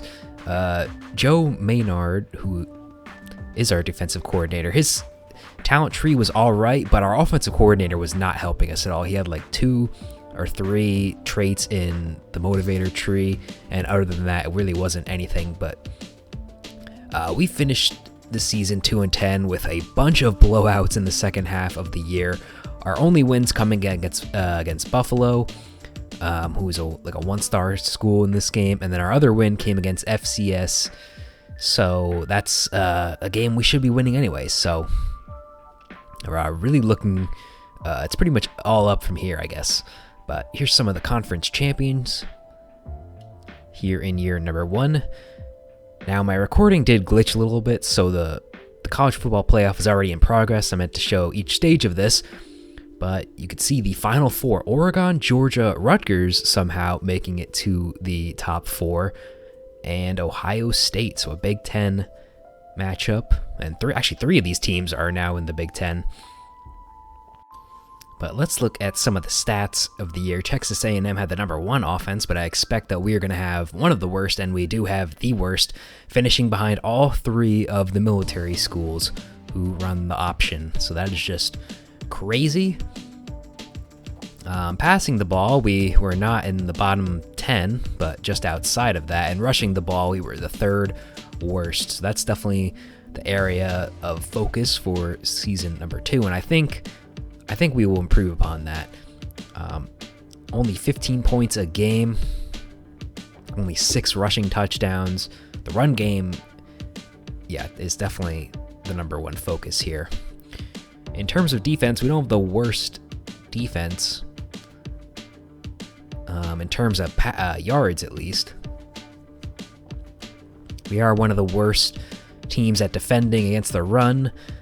3rd worst in terms of allowed points, and we didn't force a single fumble, although 10 different schools didn't force a fumble. And interceptions, I guess we were just kind of okay at that. One of the worst 3rd down teams in the country, and also one of the worst teams in the red zone.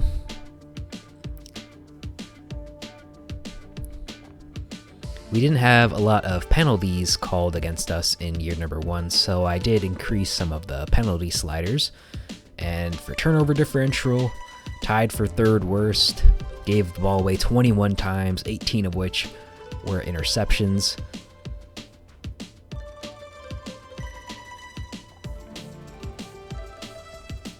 And we have hired a new offensive coordinator, Clarence Winston. I couldn't find where this guy came from. It says his alma mater is Rutgers, but the menu didn't show where he was like fired from. I also looked him up in real life to see like, is this a real guy? I think the game generated this guy. But here's a look at some of the other coaches, coaching changes.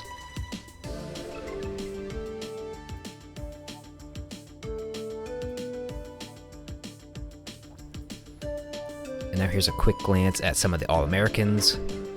And obviously, no one on our team made this.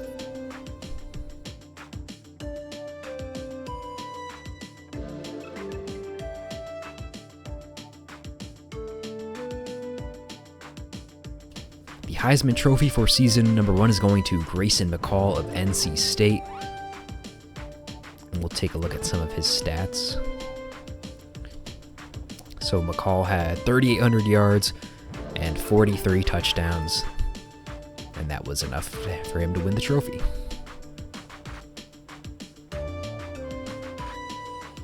So advancing the week, Ohio State defeats Rutgers, and Georgia defeats Oregon, so that will be the matchup. And simulating the week, Ohio State is the champion in season number 1. Now looking at some of the stats, Beck had 3 touchdowns, 1 interception, Etienne only 45 yards. Dominic Levet for Georgia had 2 touchdowns, 194 yards, but it was not enough for the win. Not really any defense. For Georgia.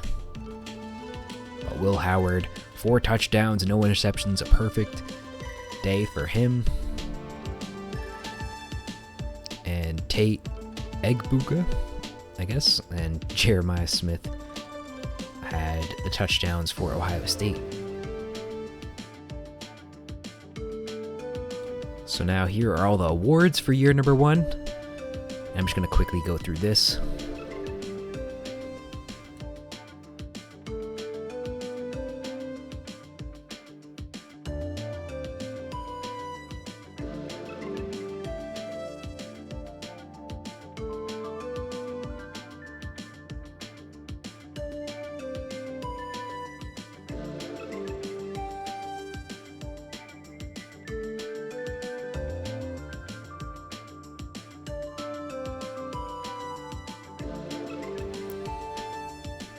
And then I'll show also the National Player of the Week, although we also do not have any players in this section as well.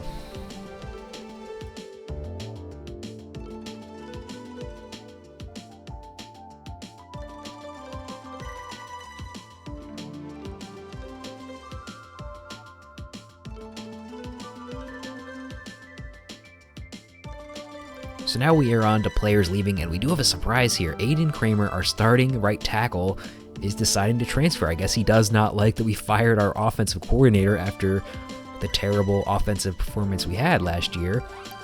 And even though we brought in a guy who will help him out a lot more, he's deciding to transfer. So we'll have to see what school he ends up with. And this is the point where I realized that some of these players that I did put red shirts on who were seniors, they decided to just graduate anyway. I guess it didn't happen for all the players, so I guess they can choose whether they want to stay or graduate. And some of these seniors who didn't play at all, had the red shirt on them at the end of the year, they decided to transfer. So we're losing 4 quarterbacks, 4 running backs, 5 wide receivers, including our top one of our top receivers, Bowers. We're, of course, losing our starting quarterback, Martin Kim, our starting running back, Harvey Peters, our starting tight end in Doyle, along with 3 other tight ends. Losing 4 out of our 5 offensive lineman starters. And we were only projected to lose 3 offensive linemen, but Kramer transferring, even though he would start next year. So we're also losing a bunch of defensive linemen. Morris and Murray were both starters, and I don't think any of our right ends played. I don't think these guys really saw the field. Frankie Flores, one of our best defensive players in year number 1, linebacker, led our team in tackles. He's graduating along with Castillo, who also had a lot of playtime for us. We're losing a bunch of cornerbacks. And then most of our safeties were backups anyway. We're losing Ian Kane, although some might say that's not really a loss. And finally, we can look at the transfer portal. So immediately I find a running back that wants to transfer to us. There's these 3 receivers that are open to transferring us. And I just kind of threw all of them on the board. Then I moved over to defense, and we definitely need some defensive line help. I throw some of those guys on there. And also definitely looking at corners, because we did lose, I think, 5 corners. And I only have 1 or 2 committed at this point, so that's a major need for us. And then I just kind of went through the list to try to fill out this recruiting board and found some extra players. So now let's look at the board. This running back, Daniels from Mississippi State, is one of these players I'm very interested in. We do have 1 running back committed, but we definitely need a second one after we just lost 4. So having a transfer junior would be pretty nice. And then I'm trying to save a lot of my points because we only have 600 total here in the off season. But so just kind of scouting a little bit, trying to find some guys. This is Doug Blue Ellie, who is from New Jersey and one of the best transfers this season. So we're definitely trying to get him, but I'm not sure how feasible that's going to be. Keyshawn Robinson, he is from West Virginia, and he's only a freshman, so he would be a pretty big addition to our team. This defensive end, Yates, but we are still going after high school players. So, and we also have Cornell Diaby, I guess. So going after both transfers and incoming freshmen at the defensive line. And we have some players ready for a visit, but I'm trying to focus specifically on some of these 3-stars. I think a lot of these 1-stars will probably commit as long as they are in the lead, so I'm not really trying to waste a lot of points. But after the first stage of recruiting, we do sign a safety, Deontay Tull. But that's the only signing we've had so far in the offseason. And then I decide, I guess we can now afford to give these guys some visits, although I took some players off the board. After that, I advanced the week. We do end up signing Terrell Monk, the 3-star corner. He will definitely play in year number 1. Maybe not as a starter, but he will definitely play as probably our 4th or 5th wide receiver, along with Eberle, who we signed earlier in the season. And then we also signed a 1-star linebacker, Contreras. Cornell Diaby chooses Syracuse. Probably saw the game against us, so he's not coming here. Some of the other wide receivers have locked us out. We are in a good position for halfback Johnny Daniels, and he's ready for a visit. And the only thing he likes about our school is the playing time, so we might as well just pitch him on that. And Robinson also is in the same boat, so pitch him that. Now trying to find some other players just to add here.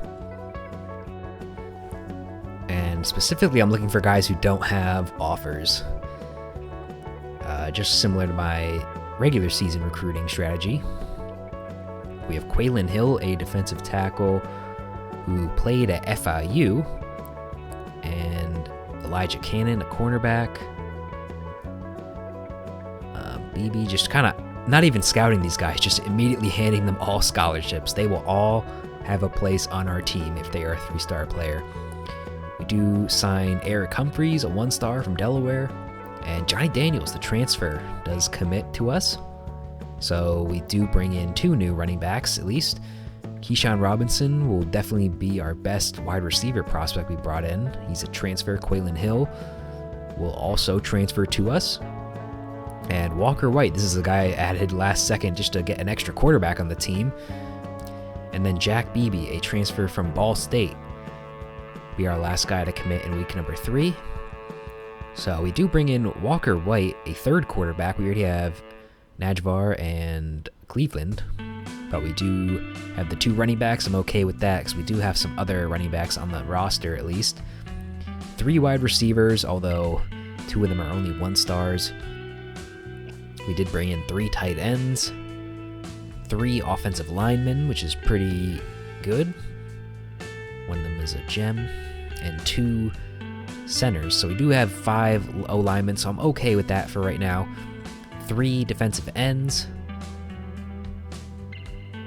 2 defensive tackles, a lot of middle linebackers, so some of these guys will be converted to outside linebackers. We did not get Elijah Cannon, but we did get Eberle and Monk. And we bring in 2 safeties and a kicker, which gives us the 66th class in the country. So 9 of our players being transfers. I don't think we're going to have this many transfers going forward, but for year number 1, just filling out some of these roster spots. A lot of these players are a year older than their class, we'll say. So it says senior, or junior, but a lot of them will be seniors. So just sort of some temporary spots, as we only have, looks like 9 3-stars. And a lot of these 1 and 2 stars are going to need some time to develop if they're going to start for our team.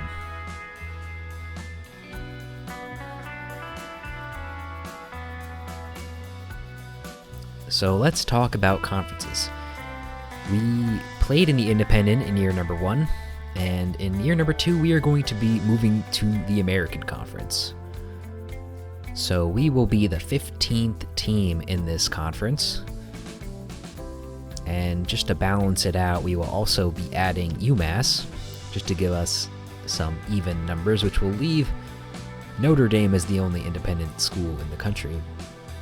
And I might mess around with conferences in the future, but for right now, it's fine. In the off season, we can finally look at Clarence Winston and what his stats are. We can see he does have a lot of upgrades to the motivator tree. This is a tree I haven't touched yet, so we get a ton of boosts, and he has a lot of these to either stage 3 and 4, which is going to be huge for us because we are about to hit the off-season progression. And Maynard, the defensive coordinator, I kept him around mostly because he has some of these unlocks for the defense, especially that tier 2, the bottom tier. Although I'm not sure if he'll last after season number 2. So if our defense takes a good step up, then we'll keep him around.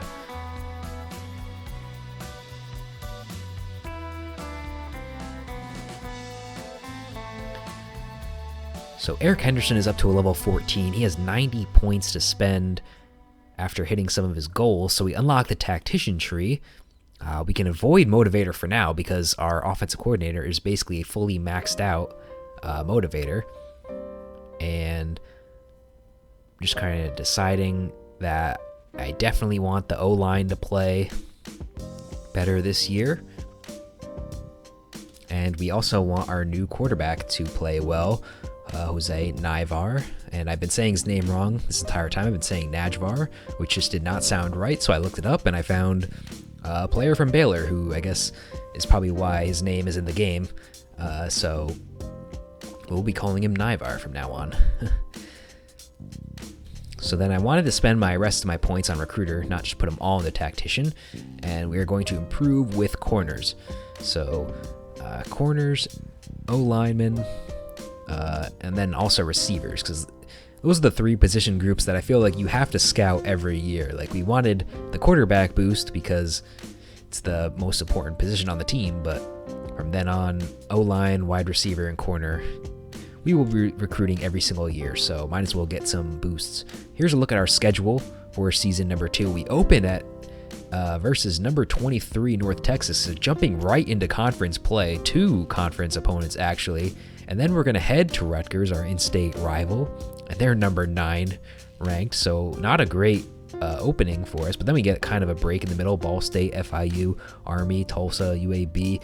We're going to have a rematch against UAB and then a rematch against Duke. Those are 2 teams, and also UMass at the end of the year. So we have 3 rematches from year number 1 to look forward to. And so now I'm just showing some red shirts. Artie Cleveland, the quarterback. It doesn't look like there's really going to be a role for him in year number 1. Don't want to redshirt Johnny Swartz. He will get a tryout. We redshirted the 2 one-star wide receivers, and no red shirts on the tight end. I think all these guys are going to play, even on some special teams or, goal line packages. Any offensive lineman that was not projected to start, I did redshirt. I don't see them really making it onto the field, including Houston, who was on our roster last year. Then defensively, we have Tuefa and Tuggle. No red shirts on defensive line. And of course, we can always pull some of these red shirts or play specific players in games, but a lot of these guys, it's mostly just all the 50 overall players that we signed. They need some time to get up to speed. We're not going to redshirt Monk or Eberle. They will both play as true freshmen. Emmanuel was our top player in terms of development. He has actually star development, so we'll have to see how he is after year number 1. And our kicker and backup safety will also get redshirted. So here's what our team needs are looking like for season number 2. It says we need 33. Really, we have 19 seniors, so I'm looking probably to have a recruiting class of 25, because we do have a lot of roster spaces still available. But that's pretty much the end of the off season. Hope you guys enjoyed. Hope you guys are looking forward to season number 2. I surely am. I will catch you guys in the next one. Goodbye.